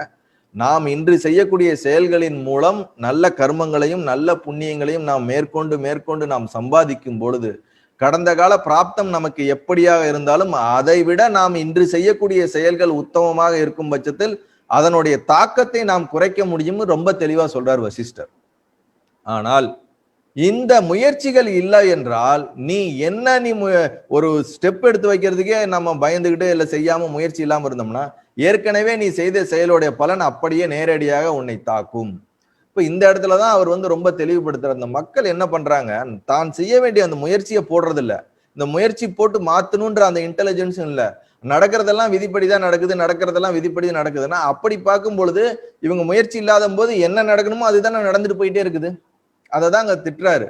இந்த நடந்துட்டு போறது மட்டும் இல்ல, இந்த நடந்துட்டு போறதுக்கு எல்லாம் என்ன பண்ணிடுறாங்கன்றாரு, மக்கள் வந்து எல்லாமே தெய்வத்தோட காரணம், எல்லாம் கடவுள் பார்த்து கொடுக்குறாருப்பா, நம்ம என்ன பண்றது, எல்லாம் கடவுள் பார்த்து செய்யறாரு, நம்ம முடிஞ்சதே செய்யறோம், ஆனா கடவுள் தானே கொடுக்குறாரு, இந்த கர்மத்தெல்லாம் அவர் தானே பண்றாரு, அவர்கிட்ட தான் இருக்குது, அவர் தான் நம்மளை காப்பாற்றணும், அவர்கிட்ட சரணாகதி அடைஞ்சிடறேன், இல்ல அவர் பார்த்து எதுனாலும் பண்ணட்டும் அப்படின்னு நம்ம சொல்லிடுறோம் அப்படிங்கிறத இங்க கண்டிக்கிறாரு. நீ சும்மா கடவுள் சொல்லி கடவுள் மேல நீ வந்து உன்னுடைய ரெஸ்பான்சிபிலிட்டி அவர் மேல தூக்கி போடாதுன்னு டைரக்டா சொல்றாரு. கடவுளுக்கும் இதுக்கு சம்பந்தமே இல்லைன்றார், தெய்வத்திற்கும் இதற்கு சம்பந்தம் இல்லைன்றார். இங்க வந்து என்ன ஒரு ஆழமா புரிஞ்சுக்கணும், கடவுள் வந்து அவர் இல்லைன்னு எங்கேயுமே சொல்ல கிடையாது. பின்னாடி விஷ்ணுவை பத்தி பேசுறாரு, பல இடங்கள்ல பேசுறாரு. இங்கேயுமே அவர் கடவுள் இல்லைங்கிறது வந்து நாம் கற்பனையாக தெய்வங்களை பற்றி புரிந்து வைத்து அந்த கற்பனையாக புரிந்து வச்சிருக்க தெய்வங்களுக்கு மேல் நாம ரெஸ்பான்சிபிலிட்டியை போட்டு நாம செய்யக்கூடிய செயல்களை தான் இங்க கண்டிக்கிறார். அவர் என்ன சொல்றாருன்னா, நீ கடவுளுங்கிற அந்த சாப்டரையே ஒதுக்கி வை, நீ ஒரு செயலை செஞ்சேன்னா அந்த செயலுக்கு ஒரு கர்மம் செய்யற, அந்த கர்மத்துக்கு உண்டான பலன் வருது. அப்ப இந்த இடத்துல கடவுளுங்கிறது அவர் என்ன செய்யறாரு, அது என்ன சொல்றாருன்னா, இதுவரைக்கும் நீ செய்த அனைத்து செயல்களுக்கும் பலனை எது உனக்கு அங்கிருந்து உனக்கு தருகிறதோ அதைத்தான் தெய்வம் என்று இந்த இடத்துல அவர் மென்ஷன் பண்றாரு. நல்லா புரிஞ்சுக்கணும். இங்க நாம வந்து கடந்த காலத்துல எந்த செயல் செஞ்சிருக்கோம்னாலும் அந்த செயலுக்கு உண்டான பலனை நம்ம அனுபவிச்சுதான் ஆகணும், அது மாற்று கருத்தே கிடையாது. அப்படி நீ அனுபவிக்கணுங்கிற பட்சத்துல இதுல கடவுள் எங்க வராருன்னு கேட்கிறாரு அவரு. எனிவே நீ செஞ்சதை அனுபவிக்க தான் போற, இன்னைக்கு முயற்சி பண்ணேன்னா ஏற்கனவே செஞ்சதை மாத்த போற, இவ்வளவுதான் உன் கையில தான் இருக்குது எல்லாமே, நீ நினைச்சேன்னா எல்லாத்தையுமே மாத்த முடியும். அதை விட்டுட்டு நீ ஏன் கடவுள் தான் பாத்துக்கணும்னு சொல்லி முட்டாள்தனமாக மனிதர்கள் வந்து கடவுள் மேலே பொறுப்பை போடுகிறார்கள். இங்க வந்து பயங்கரமா திட்டுறாரு அவர், நேரடியா திட்டுறாரு. தெய்வத்துக்கும் இதுக்கு சம்பந்தமே கிடையாதுன்றார், நீ தெய்வத்தை தப்பா புரிஞ்சிருக்கிற அப்படிங்கிறார். இப்ப நான் ஒரு விஷயங்கள் படிச்சேன், எல்லாமே வந்து தப்பெல்லாம் பண்ணிடுவாங்க, லாஸ்ட்ல வந்து கடவுள்கிட்ட கொண்டு போய் விட்டுருவாங்க, கடவுளே நீ தான் காப்பாற்றணும். இவங்க ஹெல்த்தை ஒழுங்கா பாத்துக்க மாட்டாங்க, ஏகப்பட்ட டிசீஸ் வந்துடும். லாஸ்ட்ல வந்து ஐயோ நான் உனக்கு வருஷம் ஃபுல்லா நான் விளக்கு போட்டேனே, நீ எனக்கு இப்படி நோயை கொடுத்துட்டேம்பாங்க. நீ விளக்கு போட்டேன்னா உனக்கு நோயை கொடுக்க கூடாதுன்னு கடவுள் எங்கேயா வச்சிருக்காரு? நீ கடவுளை டெய்லியும் பூஜை பண்ணேன்னா உனக்கு நோய் வராம அவர் பாத்துக்குவாருன்னு நீ நினைக்கிறது நம்மளுடைய முட்டாள்தனம்ங்கிறாருங்க. ஏன்னா நீ உடல்நிலையை ஒழுங்கா பாதுகாக்காம இருந்தா நேச்சுரலாவே உனக்கு நோய் தாக்குதல் வர்றதுக்கான வாய்ப்புகள் அதிகம் இருக்குது. அப்ப நீ முயற்சி செய்து உன் உடலை வந்து நீ பத்திரமா பாத்துக்கணும். ஆனா அவர்கிட்ட நீ வைக்கிற பிரார்த்தனை தனி, ஆனா நீ வைக்கிற பிரார்த்தனைனாலே அவர் உனக்கு வந்து உடம்ப சரி பண்ணி கொடுத்துடணும்னு நினைக்கிறது தான் இங்க தப்புன்னு சொல்றாரு. இந்த இடத்துல வந்து தெய்வத்தை வந்து நம்ம தவறாக புரிந்து அந்த தெய்வத்தை நம்ம கும்பிடுற அதை தான் அவர் கண்டனம் பண்றாரு. அப்படிலாம் உனக்கு கிடையவே கிடையாதுன்றாரு. நீ நினைக்கிற மாதிரிலாம் தெய்வங்கிறதுலாம் உனக்கு கிடையாது. தெய்வம் என்பது கர்ம பல தாதா அப்படிங்கிறார். கர்ம பல தாதானா என்ன அர்த்தம்னா, நாம் செய்யக்கூடிய செயலுக்கு பலனை கொடுப்பார், அவ்வளவுதான். நீ நல்லது செஞ்சா நல்லது கொடுப்பார், கெட்டது செஞ்சா கெட்டது கொடுப்பார். நீ அவருக்கு வந்து டெய்லியும் வந்து 10 நாள் வந்து நான் வந்து டெய்லியும் வந்து நான் அவருக்கு வந்து அங்கப்பிரவேசனம் பண்ணேன், நான் 10 நாள் வந்து நான் அவருக்கு வந்து நெய்வேத்தியம் பண்ணேன், நான் வருஷம் ஃபுல்லா அவருக்கு விளக்கு போட்டேன், அதனால எனக்கு ஸ்பெஷலா கவனிப்பாரு அப்படின்லாம் நினைச்சா அவர் திட்டுறாரு அந்த இடத்துல. அப்படிலாம் ஒரு மண்ணாங்கட்டி பண்ண மாட்டாருன்றார். நீ அப்படிலாம் பண்ணி நீ ஏதாவது யோசிச்சுட்டு இருந்தேன்னா அது உன்னுடைய மூடத்தனம் அப்படின்றார். அதெல்லாம் என்ன சொல்ல வர்றாருன்னா, மனிதன் தன்னுடைய பயத்துக்கு பக்தி செலுத்துகிறான் அப்படிங்கிறார். கடவுளுக்கு பக்தி செலுத்தணும்னு பக்தி செலுத்தல, தன்னுடைய பயத்தினாலே நாளைக்கு ஒரு பூஜை பண்ணாருன்னா அவர் நமக்கு ஏதாவது கெடுதல் செஞ்சிருவாரோ, ஐயோ இத்தனை நாள் நம்ம செஞ்சுக்கிட்டு இருந்தோம், இதை நம்ம செய்யாம விட்டுட்டோம்னா நமக்கு ஏதோ கெடுதல் வந்துருமோ நாமளே பயந்துக்கிறோம். கரெக்டா இல்லைங்களா? டெய்லி விளக்கேத்துறவங்க ஒரு 2 நாள் விளக்கேத்தலைன்னா ஐயோ 2 நாள் விளக்கேத்தலையே நமக்கு ஏதாவது நெகட்டிவா வந்துருமோ அப்படின்னு நம்ம கற்பனை பண்ணிக்கிறோம். ஆனா அதுக்கு என்ன நினைச்சுக்கிறோம், கடவுள் ஏதாவது செஞ்சுட்டாருன்னா என்ன பண்றது, நமக்குள்ள ஒரு பயம் வந்துருது. சோ நம்மளுடைய பயத்தை தான் அவர் வந்து இங்க கண்டிக்கிறாரே தவிர கடவுளை வந்து அவர் கண்டிக்கல. கடவுள்னு ஒண்ணு இருக்கிறாரு, அவர் தெய்வம்ன்றாரு. அது நீங்க எந்த தெய்வத்தை வேணாலும் எடுத்துக்குங்க, எல்லா தெய்வமும் ஒரே தெய்வம்ங்கிறத அவர் இங்க சொல்ல வர்றாரு, பிரம்மன்றாரு. அந்த பிரம்மமும் வந்து உங்களுக்கு ஏத்த மாதிரி விருப்பத்துக்கு ஏத்த மாதிரி உங்களுக்கு நல்லது செய்யும் கெட்டது செய்யலாம் செய்யாதுன்றாரு. நீ என்ன செயல் செய்யறியோ அந்த செயலுக்கு உண்டான பலன் உனக்கு அன்காம்ப்ரமைஸ்டா உனக்கு தரும்ன்றார். நல்லது செஞ்சா நல்லது தரும், கெட்டது செஞ்சா கெட்டது தந்தே தீருன்றார். ஒரு எக்ஸாம்பிள் பார்த்தோம்னு வச்சுங்களேன், ஒரு 2 திருடர்கள் இருக்காங்க. 2 திருடர்கள் வந்து ஒரு ஊர்ல போய் திருடிட்டாங்க. திருடிட்டு வந்து அவங்க ஊரை விட்டு எஸ்கேப் ஆகும்போது ஒரு வழியா காட்டு வழியா போகும்போது ஒரு சின்ன ஒரு பிள்ளையார் கோயில் இருக்கு. அந்த பிள்ளையார் கோயில்ல போய் 2 பேரும் படுத்துட்டாங்க. 2 பேரும் தனித்தனியா திருடுறாங்க, 2 பேரும் தெரியல. இவர் இந்த பக்கம் படுத்துட்டு இருக்காரு, அவர் அந்த பக்கம் படுத்துருக்காரு. காலையில எந்திரிச்சு ஒரு திருடன் எந்திரிச்சு கிளம்பி போகும்போது பிள்ளையாரை பார்த்துட்டு, ஆஹா பிள்ளையார் இங்க இருக்காரு, நம்ம திருடினதுல வந்து ஒரு சட்டன் அமௌண்ட் இதுல போட்டுருவோம், பிள்ளையார் நமக்கு போட்டுட்டோம்னா அவரு நமக்கு வந்து நம்ம பாவத்தை எடுத்துருவாரு அப்படின்னு சொல்லிட்டு என்ன நினைக்கிறான், பிள்ளையாரே நான் திருடினதுல உனக்கு சம் பர்சன்டேஜ் கொடுத்துட்டேன், இனிமேட்டு நீயும் இதுல பங்கு, யாரு பிள்ளையாரும் பங்கு, உனக்கு போட்டேன்ல பைசா, நம்ம போய் வெங்கடாஜலபதிக்கோ இல்ல வேற எங்கெங்கயோ பைசா போட்டோம்னா நம்ம பாவம்லாம் அவருக்கும் சேர்ந்துருது, அவர் நமக்கு புண்ணியம் தருவாருன்னு நினைக்கிறோம்ல, அந்த மாதிரி வந்து என்ன பண்றான், நான் உனக்கு இது போட்டேன், நான் இந்த பாவம் பண்ணியிருக்கிறேன், நீ தான் என்னை காப்பாற்றணும் அப்படின்னு சொல்லிட்டு மணியை போட்டுட்டு அவன் என்ன பண்ணிடுறான், கிளம்பி போயிடுறான். பிள்ளையார ரெஸ்பான்சிபிலிட்டியா இவனே கற்பனை பண்ணி இவனே சொல்லிட்டு போயிடுறான். இன்னொரு திருடன் எந்திரிக்கிறான். அந்த திருடன் என்ன பண்றான், வந்து நேரா அந்த கோயில்லாம் பார்த்துட்டு ரொம்ப டேமேஜா இருக்கணும்னு, அப்பா நான் திருடி இருக்கேன், என்னுடைய பாவம் தான், நான் கர்மம் பண்ணியிருக்கேன், ஆனா உன்னுடைய கோயில்லாம் இப்படி இருக்குது, நான் வந்து திருடினதுல பாவம் என்ன வந்து சேரட்டும், ஆனா இந்த பணத்தை வச்சு நான் இந்த உண்டியில போறேன், யாராவது உன்னுடைய பக்தர்களை வச்சு இதை நீ நல்லா பண்ணிக்கோ அப்படின்ட்டு அதை போட்டுட்டு அவரும் போயிடுறாரு. 2 பேரும் பாத்தீங்கன்னா செஞ்ச செயல் ஒண்ணுதான். ஒரு 2 பேரும் திருடுறாங்க, 2 பேரும் வந்து கோயில்ல பணத்தை போட்டு போறாங்க, இதுதான் கர்மம், டைரக்டா செஞ்ச ஒரு செயல். ஆனால் ஏற்கனவே ஃபர்ஸ்ட் ஒருத்தன் போட்டவனுடைய மன அமைப்பு எப்படி இருக்குது, 2வது ஒருத்தவன் போட்டவோட மன அமைப்பு எப்படி இருக்குது. இதுல கடவுள் எங்க இருக்காரு, கடவுள் பாட்டுக்கு சும்மா உட்காந்து ஆசீர்வாதம் பண்ணிருக்காரு, அவர் கோயில்ல உட்கார்ந்து இருக்காரு விநாயகர், அவர் எதுவும் பண்ணல. ஆனா 2 பேரும் அப்ரோச் பண்ற விஷயம் என்ன இருக்கு, அவனுடைய மன அமைப்பு என்ன இருக்குது, நான் பண்ணக்கூடிய எல்லா தப்புக்கும் கடவுளை கூட்டாளியா சேர்த்திக்கிறான், கடவுளை கூட்டாளியே சேர்த்துக்கிட்டு அவரும் நம்ம கூட இருந்துட்டா நமக்கு வந்து எதுவுமே நமக்கு வந்து காப்பாத்திடுவாரு, ஏன்னா நம்ம அவருக்கு வந்து பைசா போடுறோம், அவருக்கு நம்ம விளக்கேத்துறோம், அவருக்கு நம்ம பூஜை பண்றோம், அவருக்கு நம்ம அர்ச்சனை பண்றோம், அவர் கோயிலுக்கு நம்ம நன்கொடை கொடுக்குறோம், பல விஷயங்கள்லாம் நம்ம செய்யறதன் மூலியமா நம்ம செயலுக்கெல்லாம் நம்ம பண்ற தப்புக்கெல்லாம் வந்து அவர் வந்து நமக்கு வந்து சப்போர்ட் பண்ணுவாரு அப்படின்னு நம்ம கற்பனை பண்ற மாதிரி ஒரு கற்பனையான விஷயத்துக்கு பண்ணிட்டு போயிடுறாங்க மக்கள். அந்த விஷயத்தை தான் இங்க வந்து வசிஷ்டர் ரொம்ப தெளிவா கண்டிக்கிறார். பாரு, நீ என்ன பண்ணேனாலும் சரி, நல்லது பண்ணா நீ என்ன கர்மம் செய்யறியோ, என்ன செயல் செய்யறியோ அந்த செயலுக்கு உண்டான பலன் உனக்கு வந்தே தீருன்றார். 1000 கோயிலுக்கு போ, 1000 பூஜை பண்ணு, 1000 அபிஷேகம் பண்ணு, ஆனால் நீ தவறான ஒரு செயல் செய்யும் பொழுது அந்த செயலுக்கு உண்டான நேரடியான அதுக்கு உண்டான தவறான பலன், அதை நீ அனுபவிக்க வேண்டிய பலன் உனக்கு வரும். இந்த இடத்துல கடவுள் உன்னை வந்து காம்ப்ரமைஸ் பண்ணி உன்னை காப்பாத்துவாருன்னு நினைக்காத, பண்ணவே மாட்டாருன்ட்டு. ஏன்னா அவர் வந்து நீ இந்த செய்யக்கூடிய அந்த 1000 அபிஷேகம் 1000 பூஜைகள் மூலியமாக உனக்கு புத்தி கித்தி வந்து நாளைக்கு நான் வந்து இந்த திருடாம இருப்பேன், நான் இந்த மாதிரி தவறு பண்ண மாட்டேன் புத்தி வந்துருச்சுன்னா அது கடவுளுடைய ஒரு கிருபையா நினைச்சு நீ இனிமேட்டு செய்யாம இருக்கிறது வந்து அவர் கொடுக்கறதா நம்ம எடுத்துக்கலாம். அதுதான் கர்மத்தோட மாற்றம். ஆனா நீ பண்றது எல்லாமே தப்பு பண்ணுவேன், எல்லா ஃப்ராடுத்தனம் பண்றது, ஆனா எல்லா ஃப்ராடுத்தனம் பண்ணிட்டு லாஸ்ட்ல நம்ம கடவுளையும் கூட்டாளியா சேர்த்துக்கிறது. சரி நம்ம எல்லாம் பண்றோம், லாஸ்ட்ல நமக்கு அவரை கண்டுக்காம விட்டுட்டோம்னா, கண்டுக்காம விட்டனால அவரு நமக்கு ஏதாவது நெகட்டிவா செஞ்சுட்டாருன்னா என்ன பண்றதுன்னு அதுக்கு நம்ம என்ன பண்ணிக்கிறோம், ஏதாவது அவருக்கு ஒரு பூஜை புனஸ்காரம் எல்லாம் பண்ணிட்டு இந்த மாதிரி எதையோ ஒண்ணு பண்ணிக்கிறோம். 2வது பயம், பயத்தினாலேயே நம்ம வந்து பல பேர் கோயிலுக்கு போறது உண்டு, பயத்தினாலேயே பல பேர் பூஜை பண்றது உண்டு. கடவுளை கும்பிடாம போறதுனால அவரு நமக்கு ஏதாவது செஞ்சிருவாரோன்னு ஆமா, நீங்க காட்டக்கூடிய இந்த ஒரு விபூதி, ஒரு ஊதுபத்திக்கு தான் அவர் உட்காந்துட்டு இருக்காரு. அங்க இருந்து உட்காந்துட்டு, ஏய் நீ இது பண்ணவே இல்ல, அதனால உனக்கு நான் உனக்கு சாபம் கொடுத்துறேன்னு சாபம் கொடுக்க போறாரா? இந்த மாதிரி விஷயத்தெல்லாம் பயங்கரமா கண்டிக்கிறாரு வசிஷ்டர். இதெல்லாம் முட்டாள்தனமா மூடர்கள் செய்யக்கூடிய விஷயம், சோம்பேறி மூடர்கள் செய்யக்கூடிய விஷயங்கிறாரு. புத்திசாலி இல்லாத சோம்பேறி மூடர்கள் செய்யக்கூடிய விஷயம். ரொம்ப ஷார்ப்பா சில வார்த்தைகள்லாம் பயன்படுத்துறாரு. தெய்வத்தினால என்ன ஆக வேண்டியது இருக்குன்னு கேட்கிறாரு ஒரு இடத்துல. அப்படின்னா என்ன அர்த்தம்னா, நீ முயற்சி எடுத்து உன்னுடைய பிராப்த கர்மம் உன்னுடைய கையில இருக்குது. இன்னைக்கு நீ முயற்சி பண்ணேன்னா உன்னுடைய ஆகாமிய கர்மத்தை மாத்த முடியும், உன்னோட பிராப்த கர்மத்தையும் ஜெயிக்க முடியுங்கிறார். அப்படின்னா என்ன அர்த்தம்? ஏற்கனவே செஞ்ச செயலோடைய அந்த கர்ம பலன் வீக்கா இருக்குது. இப்ப நீ செய்யக்கூடியது வெரி ஸ்ட்ராங்கா இருக்குது. இப்ப நீ செய்யறதன் மூலியமாக ஏற்கனவே இருக்கக்கூடிய விஷயத்தை நீ ஜெயிக்க முடியும். அது எவ்வளவு தூரம் வந்தாலும் நீ இப்ப எடுக்கிற முயற்சினால அதை தாண்டி உன்னால ஜெயிக்க முடியும். நிறைய விஷயங்கள், நல்ல விஷயங்கள் செய்யறது மூலியமா. அப்படி பண்றதுதான் சரியான வழியே தவிர, நடக்கிறதெல்லாம் கடவுள் தான் கொடுக்குறாரு, நடக்கிறதெல்லாம் விதிப்படிதான் நடக்குதுன்னு சொல்லிட்டு உட்கார்ந்து இருக்கவங்களுக்கு பேரு மூடர்கள் அப்படின்னு இங்க ரொம்ப தெளிவா பயன்படுத்துறாரு. இந்த மூடர்கள் தன்னுடைய சோம்பேறித்தனத்துக்கு கடவுளைகளை பயன்படுத்திக் கொள்கிறார்கள் அப்படிங்கிறதையும் அவர் சொல்றாரு. அது மட்டும் இல்லாம, அப்படி நீ கடவுள் தானே பாத்துக்கிறாரு, எல்லாம் கடவுள் தானே கொடுக்குறாருன்னா நீ எதையுமே செய்யாதன்றாரு. கம்முன்னு உட்காந்துரு, மூச்சு அவர் கொடுக்குறாரு, சாப்பாடு அவர் கொடுக்குறாரு, உலகம் அவர் நடத்துற, நீ ஒண்ணுமே செய்யாத, எல்லாமே கடவுள் தானே பாத்துக்கிறாருன்னா நீ அப்படியே உட்காந்துருங்கிறாரு. யாரா உட்காந்துருப்பாங்களா? யாரும் உட்காந்துருக்க மாட்டாங்க. நம்ம அடுத்த வேலை சாப்பிடணுமே எந்திரிச்சு போறோம். அப்ப நீ உன்னோட முயற்சியில செய்ய வேண்டியது செஞ்சுட்டு தானே இருக்கணும்னு அர்த்தம். நம்ம எல்லாம் சரி, எல்லாம் கடவுள் பாத்துக்கிறார், நான் இனிமேட்டு இந்த சேரை விட்டு எந்திரிக்கவே மாட்டேன், அப்படியே உட்காந்துட்டே இருந்தா என்ன ஆகும்? அப்படியே அவர் எல்லாம் பாத்துக்கிறாருன்னு முழுமையான 100% சரணாதியோட உட்காந்துட்டீங்கன்னா அது அப்சல்யூட்லி ரைட்டு. ஆனா நம்ம மனசு அப்படி ஏத்துக்குமா? ஏத்துக்காதே. கடவுள் இருக்காரு, சாப்பாடு நான் தானே சாப்பிடணும், கடவுள் இருக்காரு, நான் தானே சம்பாதிக்கணும், வருதா இல்லையா?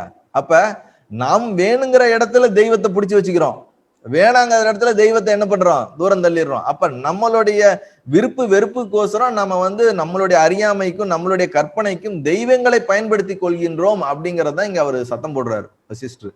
நீங்க அந்த மாதிரி கற்பனையா நீங்க பயன்படுத்திட்டு அவங்க பேரை யூஸ் பண்ணாதீங்க, அது ரொம்ப தப்பு அப்படிங்கறத அவர் சொல்றாரு. அந்த மாதிரி எல்லாம் ஒரு தெய்வங்களே கிடையாது அப்படின்றாரு.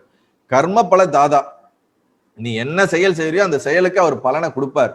நல்லது செஞ்சா நல்லது, கெடுதல் செஞ்சா கெடுதல்.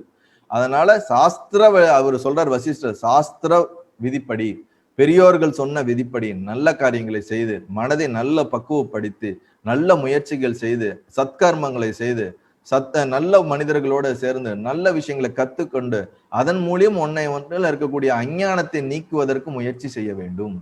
பௌரூசம் என்று பெயர் அதுக்கு. முயற்சி, விடாமுயற்சிக்கு பௌரூசம் என்று பெயர். அந்த தொடர்ந்து முயற்சியை முயற்சி ஒண்ணு செஞ்சேன்னா போதும், பிரம்ம பதவியே கிடைக்கும்ன்றார். முயற்சி தொடர்ந்து செஞ்சுக்கிட்டே இருந்தேன்னா உனக்கு ரிசல்ட் கண்டிப்பா அங்க கிடைச்சா, உனக்கு ரிசல்ட் கிடைக்கலன்னாவே நீ ஒழுங்கா முயற்சி பண்ணலன்றார். ரிசல்ட் உனக்கு கிடைக்கல அப்படின்னா நீ இன்னும் முயற்சி அதிகப்படுத்த வேண்டியது இருக்கு. நீ அந்த வெற்றிக்கோ அந்த இலக்குக்கோ நீ அடைய வேண்டியதுக்கு இன்னும் முயற்சி பண்ண வேண்டியது இருக்குது. ஃபார் எக்ஸாம்பிள், நீங்க ஒரு விளையாட்டா எடுத்துக்கங்க, ஒரு ஒலிம்பிக்கா இருக்குங்க, அவங்க தொடர்ந்து பிராக்டிஸ் பண்ணி பண்ணி பண்ணி பண்ணி தான் ஜெயிக்க முடியுமே தவிர பிராக்டிஸ் பண்ணாம ஜெயிக்க முடியாது. நான் பார்த்திருக்கேன், தவறுக்கு சொல்ல வரல. இப்ப நம்ம இந்த ஸ்கூல் பசங்க எல்லாம் என்ன பண்ணுவாங்க, ஸ்ரீராம ஜெயம் எழுதி அனுமாருக்கு போடுவாங்க, ஏன்னா எக்ஸாம்ல பாஸ் ஆகணும்னு. நிறைய நம்ம கேள்விப்பட்டிருப்போம். எல்லாரும் அனுமாருக்கு போடுவாங்க, பல ஜெயவந்த் போடுவாங்க. இப்ப ஒரு குழந்தை நான் அனுமாருக்கு நான் ஸ்ரீராம ஜெயம் எழுதி போட்டிருக்கேன், அதனால நான் பாஸ் ஆயிடுவேன் நினைச்சா ஆயிட முடியுமா? நீ எக்ஸாம் எழுதணும்ல, நாம படிக்கணும்ல. இப்ப நம்ம படிச்சு நம்ம பண்ண வேண்டிய முயற்சியை நம்ம பண்ணணும். அவர் நமக்கு என்ன கர்மமோ பிராப்தமோ அதுக்கு உண்டான செயலை அவர் இண்டிபெண்டா செய்வாரு. ஆனா நம்ம என்ன பண்ணிடுறோம், அவர் மேல பொறுப்பை போட்டு ஐயோ நான் அனுமாருக்குலாம் நான் ஸ்ரீராம ஜெயம் எல்லாம் எழுதுனே, என்ன ஃபெயில் ஆக்கிட்டாரு. பிள்ளையாருக்கு தேங்காய்லாம் நான் உடைச்சேன்னா என்ன ஃபெயில் ஆக்கிட்டாரு. கரெக்டா இல்லையா? சோ நம்மளுடைய பக்குவமற்ற தன்மைக்கு தான் தெய்வங்களை பிடிச்சுக்கிட்டு இருக்கிறோம் அப்படின்னு அவர் சொல்றாரு அங்க ரொம்ப தெளிவா. எப்படி ஒரு குழந்தைகளுக்கு இந்த நிலாவை பார்த்துட்டு அங்க பாரு நிலா இருக்குது, அது வருது பாரு, அங்க பாரு பூச்சாண்டி வராங்க பாரு, சாப்பாடு ஊட்டுற மாதிரி இந்த மனிதர்கள் தெய்வங்களை எடுத்துக்கொண்டு தன்னுடைய மூடத்தன்மைகளுக்கு பயன்படுத்தி கொள்கிறார்கள். அது மிகவும் கண்டிக்கத்தக்கது, அதை நான் ஏற்றுக்கொள்ள மாட்டேன்னு ரொம்ப தெளிவா இங்க அடிக்கிறார்.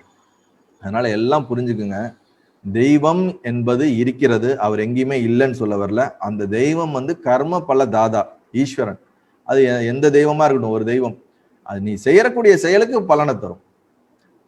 நீ என்ன செயல் செய்யோ, நல்லது செஞ்சா நல்ல பலன் தரும், கெட்ட செயல் செஞ்சா கெட்ட பலன் தரும். நீ அவங்களுக்கு நீ அப்பனா நீ கேட்கலாம், ஓ அப்படின்னா நான் பண்ணாமே விட்டுறலாமே, எல்லாம் செய்யற செயலுக்கு எல்லாமே வந்து பதில் தருதுன்னா நான் ஏன் பண்ணணும்னா பண்ணாம இருங்க, யார் வேணாம்னா. அப்படி இருந்ததுக்கு என்ன ஆகும்னா, அப்படி காலப்போக்குல நீ முயற்சி எதுவுமே பண்ணாமல் ஒரு சோம்பேறித்தனமாய் மந்தத்தன்மையாக போய் விடுவாய் அப்படின்றார். அப்படியும் இல்லாம இருக்கக்கூடாது, செயல்களை சத்கர்மங்களை தொடர்ந்து செஞ்சுக்கிட்டே இருக்கணுங்கிறார். சாஸ்திர மொழிப்படி ஞானத்தை அடைவதற்கு வந்து 3 விஷயம் ரொம்ப முக்கியம்ன்றார். ஒண்ணு வந்து நீங்களா சாஸ்திரங்களை படிச்சு, இல்ல நல்ல சாஸ்திரங்கள்லாம் என்னது, சத்தியங்கள், அந்த சத்தியங்களை படிச்சு உங்களுக்குள்ளேயே நீங்க வந்து அதை ரிசர்ச் பண்ணி நீங்க அடையிறது. ரெண்டாவது வந்து குரு மூலியமாக உபதேசங்கள் பெற்று அந்த சத்தியங்களை உள்ளுக்குள்ள கான்டம்ப்ளேட் பண்ணி நீங்க அனுபவம் பண்றது. மூன்றாவது வந்து உங்களுக்குள்ளேயே அந்த ஞானம் பிறப்பாலேயே அந்த ஞான சித்தி இருந்துச்சுன்னா நீங்களே இந்த சுக பிரம்ம ரிஷி இப்ப ராமர் கேட்கிற மாதிரி நீங்களே உங்களுக்குள்ள தெளிவாகுது. இந்த 3 விஷயத்துலதான் வந்து மோட்சம் ஞானம் சாத்தியம் அப்படின்றார். வேற எந்த வழியிலையும் சாத்தியம் இல்லைன்றார். 3 விஷயம். ஒண்ணு, நீங்க இந்த சத்தியங்களை எல்லாம் சாஸ்திரங்களை எல்லாம் படிச்சு அதன் விதிப்படி அதோட இதுபடி நடந்து வாழ்ந்து அதுல நீங்க வந்து ஃபைனல் அந்த அல்டிமேட்டுக்கு போகலாம். அப்படி இல்லையா, ஒரு மாஸ்டர் இருக்கார், ஒரு சான்றோர்கள் பெரியோர்கள்ங்கிறவங்க ஞானிகளை சொல்றாங்க. இங்க இந்த ஞானிகளுடைய அவங்களுடைய உபதேசங்கள் கேட்டு அவங்களுடைய சொல்வதை எடுத்து கேட்டு வாழ்க்கையில பிராக்டிஸ் பண்ணி நம்ம அந்த நிலையை அடையலாம். இல்லாட்டினா நீங்க சுக பிரம்ம ரிஷி தனக்குள்ளேயே ஒவ்வொரு விஷயத்தையும் பார்த்து பார்த்து பார்த்து கேள்விகள் எழுப்பி அந்த ரியலைசேஷன் ஆனாரு, அந்த மாதிரி ஆகலாம். இந்த 3 வே தான் பாசிபிலிட்டிஸே தவிர வேற எந்த வழியும் பாசிபிலிட்டிஸ் கிடையாது அப்படிங்கிறது ரொம்ப இந்த இடத்துல அவர் தெளிவா சொல்றாரு. அதனால நம்ம புரிஞ்சுக்க வேண்டியது என்னன்னா, கடவுள் என்பவர் இருக்கிறார், ஒரு சக்தி அனைத்தும் இயக்குகிறது. நீ இறந்த பின்பு உன்னை பிறக்க வைப்பதற்கு சரியான தாயை தேர்ந்தெடுத்து ஒரு கர்ப்பத்தில் உன்னை இறக்குவதற்கு ஒரு சக்தி இயக்குகிறது. பின்னாடி இருந்து இந்த பிரபஞ்சத்தை இயக்குவதற்கு, பிரபஞ்சம் இயங்குவதற்கு ஆதாரமாக ஒரு சக்தி இருப்பது போல, ரயில் இயங்குவதற்கு, ரயில் ஓடுவதற்கு தண்டவாளம் ஒரு சக்தி இருப்பது போல, நாம் செய்யக்கூடிய அனைத்து செயல்களுக்கும் பலன் எந்த நேரத்தில் எப்படி எந்த ரூபத்தில் கொடுக்க வேண்டும் என்பதை தீர்மானிப்பதற்கு ஒரு சக்தி இருக்கிறது. நல்லா புரிஞ்சுக்குங்க. அந்த சக்தியை தான் பிரம்மம்னு சொல்றான், அந்த சக்தியை தான் தெய்வம்னு சொல்றான், அந்த கடவுள்னு சொல்றான். ஆனால் அந்த சக்தி உன்னுடைய விருப்பு வெறுப்புக்கு ஏத்தார் போல அது வந்து உனக்கு சப்போர்ட் பண்ணும் நீ நினைக்காத அப்படிங்கிறார். நீ செய்யற செயலுக்கு அது வந்து இது பண்ணும். அப்ப நீ அதை நம்பிக்கிட்டு இருக்கிறத விட நீ உன் முயற்சியை போடுங்க அப்படின்றார். அவர் இல்லைன்னு சொல்ல வரல, அது மேல நீ ரெஸ்பான்சிபிலிட்டி போட்டு நீ சும்மா உட்காராது, நீ இப்ப செய்ய வேண்டிய முயற்சியை செய்ய. சோ நீ ஏற்கனவே செஞ்சிருக்க கர்மங்கள், பல ஜென்மமா செஞ்சிருக்க கர்மங்கள் எல்லாம் ஜெயிக்கணும்னா இப்ப நீ நிறைய நல்ல கர்மம் பண்ணு, நல்ல செயல்களை செய்ய, நிறைய புண்ணியங்களை எடுத்துக்கோ, நல்ல சத்தியங்களை கேளு, உன்னை மாத்த முயற்சி பண்ணு. இப்ப விடாம ஸ்பீடா முயற்சி பண்ணிக்கிட்டே இருந்தீங்கன்னா ஒரு குறிப்பிட்ட காலகட்டத்துல அதெல்லாம் தாண்டி நீ வந்து அந்த இறைநிலையை அடைஞ்சிருப்ப, அந்த இறுதி நிலையை உனக்குள்ள உணர்வதற்கு நீ பக்குவப்பட்டிருப்ப அப்படிங்கிறது தான் வந்து இங்க வசிஷ்டர் வந்து ராமபிரானுக்கு வந்து அந்த இடத்துல அவர் எக்ஸ்பிளைன் பண்றாரு. நம்மளும் இதை வந்து இந்த இடத்துல நம்ம புரிஞ்சுக்க வேண்டிய ஒரு விஷயம் இருக்குது. ரொம்ப தெளிவா ஒரு இடத்துல சொல்றாரு அவரு, இந்த உலகம் இந்த பிரபஞ்சம்ங்கிறது வந்து எல்லாம் தனித்தனியான ஒரு விஷயம் இல்லை.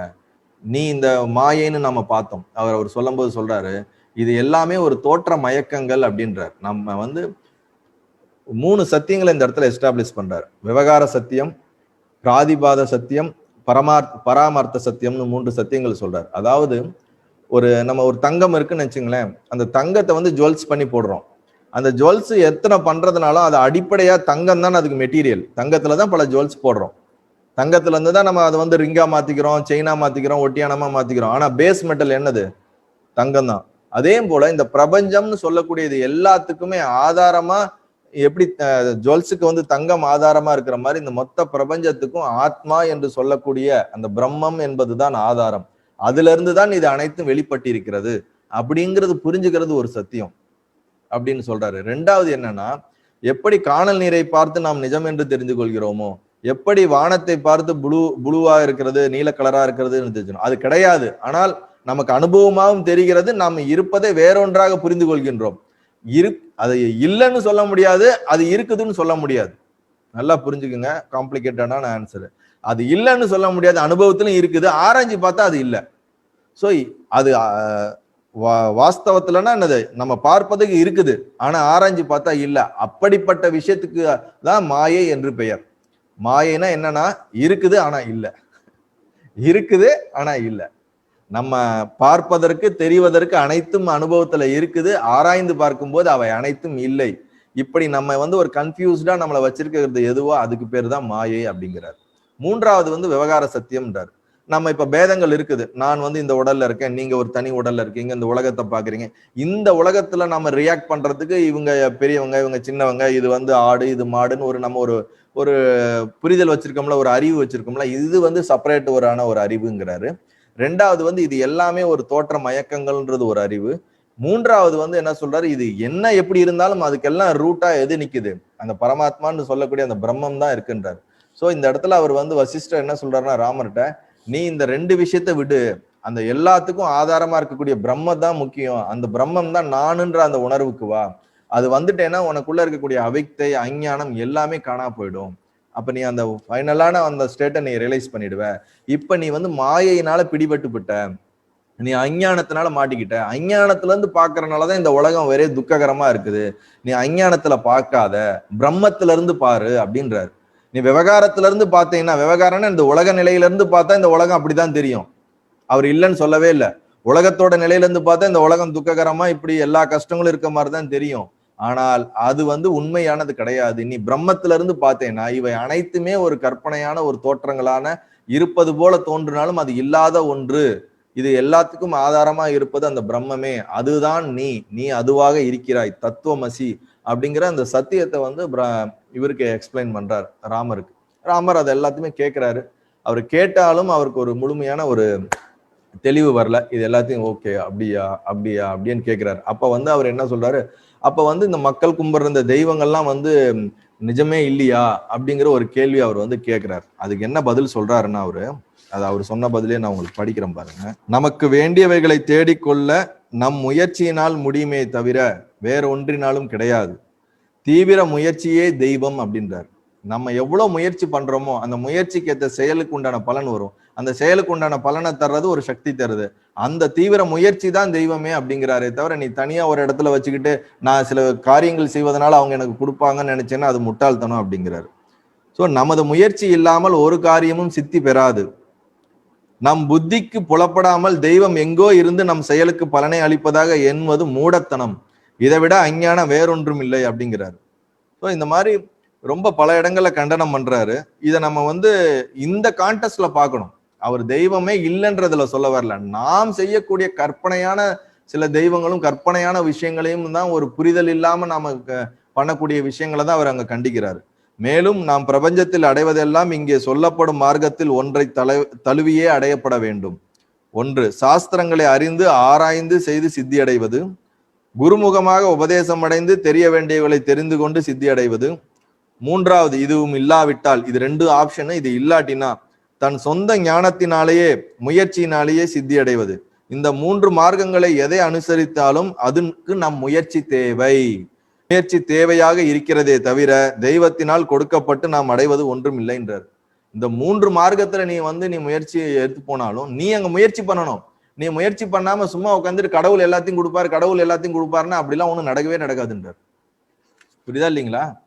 கடவுள் கொடுப்பாருன்னு உட்காந்து நீ உட்காந்துட்டு இருக்காத அப்படின்னு அவர் ரொம்ப இதா திட்டுறாரு. அப்ப இவர் வந்து அவர் கேட்கிறாரு, நீங்க அப்படின்னா சொல்றீங்கன்னா அப்ப வந்து ஏற்கனவே சுகரை பத்தி பார்த்தோம்ல. அப்ப ராமர் கேட்டார் அவர்கிட்ட வந்து, நீங்க சுகர் வந்து ஞானம் அடைஞ்ச ஞானின்னு சொல்றீங்க, ஆனா அவங்க அப்பா வியாசர் வந்து அவரை விட ஒரு பெரிய ஞானி தானே, அவர் எப்படி அவருடைய மகனுக்கே அவர் வந்து சொல்ல முடியாம போச்சு, அவருக்கே அந்த ஞானத்தை கொடுக்க முடியாம போச்சு அப்படின்னு சொல்லும்போது அவர் சொல்றாரு வசிஷ்டர், அவர் பல பிறப்பா வந்து ஜீவன் முக்த நிலையில இருந்த ஒரு ஞானி தான். ஆனா வந்து இந்த சாஸ்திரங்கள் பல புராணங்கள் இதெல்லாம் நிர்மாணம் பண்ணணுங்கிறதுக்கோசரம் அந்த ஒரு தெய்வ நிலையில இருந்து மனிதனுடைய இதுல இருந்து அதை எழுதிக்கிட்டு இருக்காரு. சோ அவர் சொல்றதையும் எப்படி ஒரு தகப்பன் சொல்வதை குழந்தை பல நேரத்துல தட்டுவது போல தான் சொல்வதை தன்னுடைய மகனான புத்திரன் சுகனால ஏற்க முடியாதனாலதான் அவர் வந்து ஜனகர்ட்ட அனுப்புனாரு. இல்லாட்டினா இவருமே அந்த முற்றும் உணர்ந்த ஞானிதானே தவிர இல்லாம இல்லை அப்படின்னு வசிஷ்டர் வந்து இவர் ஒரு சந்தேகம் கேட்கிறாரு ராமர். ஏன்னா நம்ம எப்படிலாம் கேள்வி கேட்போமோ அதே மாதிரி எல்லா கேள்வியும் கேட்கிறாரு அவரு. சாதாரணமா எல்லா கேள்வியும் கேட்டு அதுக்கு எல்லா பதிலையும் எடுத்துக்கிறாரு. சோ முதல்ல இந்த அத்தியாயத்துல நாம இன்னைக்கு தெரிஞ்சுக்க வேண்டியது என்னன்னா, பிரம்மம் சத்தியம், ஜெகத் மித்தியம் அப்படிங்கிறத நம்ம புரிஞ்சுக்கணும். ரெண்டாவது, நாம் இந்த உலகத்தை, ராமர் கேட்கிற கேள்விக்கு, நீ பார்த்த அனைத்தும் துக்ககரமா இருக்கிறது சரிதான், நீ உலக பார்வையில இருந்து பார்த்தா அப்படிதான் தெரியும், அந்த பார்வையில இருந்து பார்க்க கூடாது, நீ பிரம்மத்துல இருந்து பாரு, பிரம்மம் சத்தியம்ங்கிறதுல இருந்து பாரு, இது எல்லாத்துக்கும் ஆதாரமா இருக்கக்கூடிய சத்தியத்துல இருந்து பாரு. எப்படி ரயிலுக்கு தண்டவாளம் வந்து ஆதாரமா இருக்கிற மாதிரி இது மொத்தமும் இயங்குவதற்கு ஆதாரமா இருக்கிறதுல இருந்து பார்த்தேன்னா இது எதுவுமே கிடையாது. அப்படி பார்க்கணும். அப்படி பார்ப்பதற்கு உனக்கு எது தடையா இருக்குதுன்னா உன்னுடைய அஞ்ஞானம் தான், அவிக்தை தான். அந்த அவிக்தையை போக்குவதற்கு என்ன பண்ணணும்னா முயற்சி பண்ணணும். தொடர்ந்து நல்ல காரியங்கள், நல்ல தவங்கள், நல்ல பயிற்சிகள் பண்ணணும். சாதனைகள், ஆன்ம சாதனைகள் தொடர்ந்து பண்ணுவதன் மூலியமாக நமக்குள்ளே இருக்கக்கூடிய அந்த இருள், டார்க்னஸ்ங்கிற சொல்லக்கூடிய அந்த இருளை வந்து நாம வந்து நீக்க முடியும். அந்த இருளை நீக்கிட்டாவே போதும், உனக்குள்ள தானா வந்து அந்த பிரம்மத்துல நீ வந்து ரியலைஸ் பண்ணிடுவ. அதற்கு தொடர்ந்து முயற்சி பண்ணணும். இந்த முயற்சி பண்ணும்போது உனக்கு வந்து இது எல்லாமே வந்து கடவுள் காரியம், இதெல்லாம் கடவுள் செய்யறது, நம்ம பண்றதுக்கு என்ன இருக்குது, எல்லாம் விதிப்படி தானே நடக்கும் அப்படின்னு நீ நினைச்சீங்கன்னா அது முட்டாள்தனம். அப்படிலாம் நினைக்காத. எல்லாமே நீ செய்யக்கூடிய செயலுக்கு ஒரு பலன் வரதான் போகுது. ஆனால் இன்னைக்கு நீ முயற்சி செஞ்சேன்னா உன்னுடைய கடந்த காலத்துல செய்த எனி கர்மாஸ், அது பிராப்தம் எப்படி இருந்தாலும் சரி, அதை நசித்து நீ இப்பொழுது அதை தாண்டி நல்ல கர்மங்கள் செய்யும் பொழுது நீ அதை வென்று விட முடியும். அதனால் விதியை பற்றி கவலைப்படாதே. விதி என்ன இருக்குன்னு நமக்கு தெரியாதுன்றார். விதி என்ன இருக்குது, நமக்கு என்ன எழுதியிருக்குன்னு நமக்கு தெரியாது. தெரியாததை பத்தி நீ ஏன் கவலைப்படுற? அது என்ன வேணா இருந்துட்டு போகுது. இன்னைக்கு நீ செய்ய வேண்டியதை செய்ய, இன்னைக்கு பாசிட்டிவா முயற்சி பண்ணு, இன்னைக்கு நீ ஓடு, இன்னைக்கு ஜெயிச்சா போதும். அது எதுவா இருந்தாலும் அதை பத்தி கவலைப்படாது. வரும்போது வரட்டும், அது வரும்போது வந்தா அதை நம்ம அனுபவிச்சுக்கலாம். அது வருதுன்னு நினைச்சு கஷ்டப்படாத, அது இப்படி ஆயிடுச்சேன்னு நினைச்சு துக்கப்படாத. அது என்ன வேணா இருக்கட்டும், நீ இப்ப செய்யறத செஞ்சு ஓடிக்கிட்டே இரு, அதை நம்ம வந்து ஜெயிச்சிடலாம். அதனால முயற்சியும் பயிற்சியும் இருந்தால், விடாமுயற்சியின் மூலம் நம்மளுடைய கர்மங்களையும் நாம் வந்து ஜெயித்து அந்த அபிக்தை என்று சொல்லக்கூடிய அஞ்ஞானத்தை தாண்டி ஞானத்துக்குள் நம்மால் உணர முடியும், பிரம்மத்தை உணர முடியும் அப்படிங்கிறத அவர் சொல்றாரு. அது மட்டும் இல்லாமல் இந்த ஞானத்தை உணர்வதற்கு 3 வழிகளை சொல்லியிருக்காரு. அதை நாம இப்ப பார்த்தோம். இந்த மாதிரி ஒவ்வொரு விஷயமா எக்ஸ்பிளைன் பண்ணிக்கிட்டே வராரு. இந்த பிரம்மத்தை பத்தி இன்னும் டீட்டெயில்டா எக்ஸ்பிளைன் பண்றாரு. ஏன்னா இதை பத்தி நிறைய கேள்விகள் கேட்க போறாரு. இந்த சத்சங்கத்துல நாம இதை புரிஞ்சுக்குவோம். இந்த சத்சங்கத்துல இதை நீங்க எடுத்துக்குங்க. அடுத்த வாரம் வந்து இன்னமும் அவர் வேற வேற என்னென்ன கேள்விகள்லாம் கேட்கிறாரு, அந்த கேள்விகளை பத்தி நம்ம என்ன பண்ணுவோம், இன்னும் அலசி ஆராய்ஞ்சு இது நம்ம வந்து தெரிஞ்சுக்குவோம். இதுல வந்து ரொம்ப தெளிவா நம்ம தெரிஞ்சுக்க வேண்டியது என்னன்னா, நம்மளுடைய முயற்சிகளை விடாது பண்ணணும். இதுல அழகா ஒரு இடத்துல நான் ஒரு திருமூலரோட திருமந்திரத்துல ஒரு இடத்துல படிக்கும்போது ஒரு அழகான ஒரு அவருடைய வாக்கியம் ஒண்ணு அவர் சொல்றாரு. மரத்தை மறைத்தது மாமர யானை, மரத்தில் மறைந்தது மாமர யானை, பரத்தில் மறைந்தது பார்முதல் பூதம், பரத்தை மறைத்தது பார்முதல் பூதம். ரொம்ப அருமையான ஒரு 4 லைன்ஸ் தான். அதாவது இதோட டெப்தான விஷயம் என்னன்னா, இந்த பிரம்மம் இந்த மாயை பத்தி அவர் ரொம்ப டெப்தா திருமூலர் சொல்லியிருக்காரு. ஒரு மர யானை இருக்கு. யானை வந்து மரத்துல பண்ணி வச்சிருக்காங்க. நீங்க தூரத்துல இருந்து பார்க்கும்போது அது யானைன்னு பாப்பீங்க. ஆனா அது மரத்துல பண்ணியிருக்காங்க. பக்கத்துல போய் அதை பார்த்த உடனே அது மரம்னு தெரிஞ்ச உடனே உங்களை அறியாம அது யானைங்கிறது உங்க மனசுல இருந்து போயிடும். இது ஒரு மரம் தான் உங்களுக்கு தோணும். கரெக்டா இல்லையா? சோ அது எப்ப மரம்னு பார்த்ததுக்கு அப்புறம் அது யானைங்கிற உங்களோட இது போயிடும்.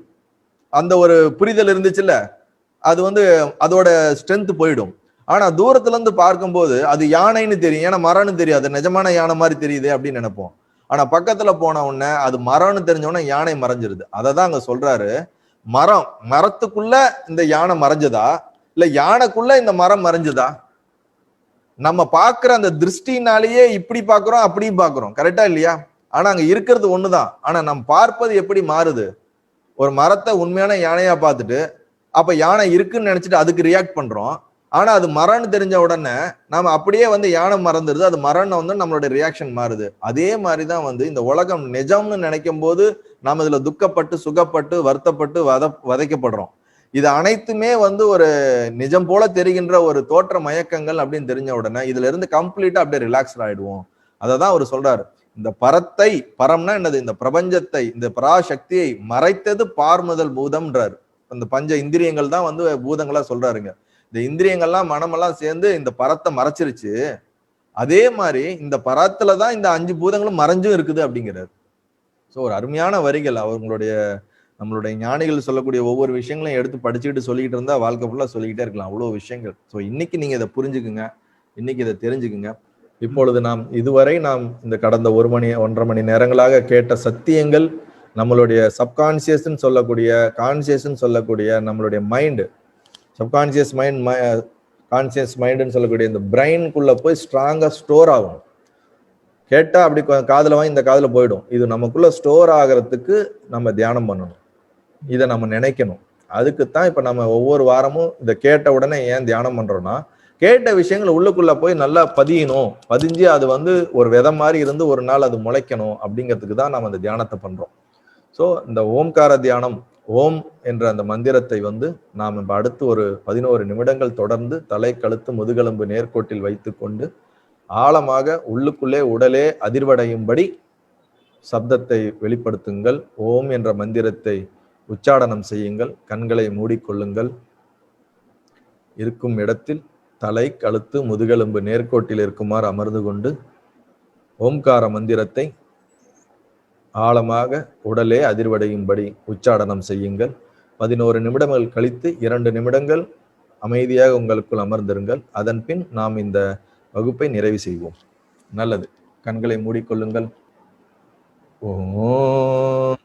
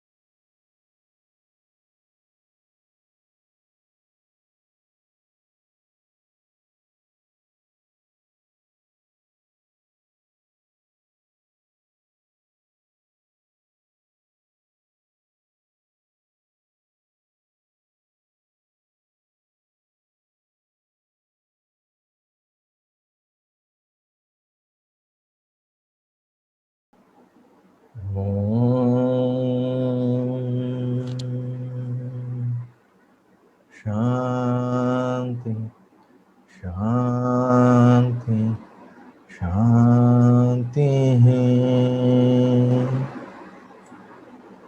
உங்கள் எல்லோருக்குள்ளே இதுவரை கேட்ட அனைத்து சத்தியங்களும் ஆழமாக பதிந்து ஆத்ம ஞானத்தை நோக்கி உங்களை அழைத்துச் செல்லும் என்று ஆசீர்வதித்து இறைவனிடம் பிரார்த்தித்து என் முழுமையான வாழ்த்துக்களையும் ஆசீர்வாதத்தையும் உங்களுக்கு அளிக்கின்றேன். மெதுவாக, மிக மெதுவாக கண்களை திறக்கலாம். நல்லது.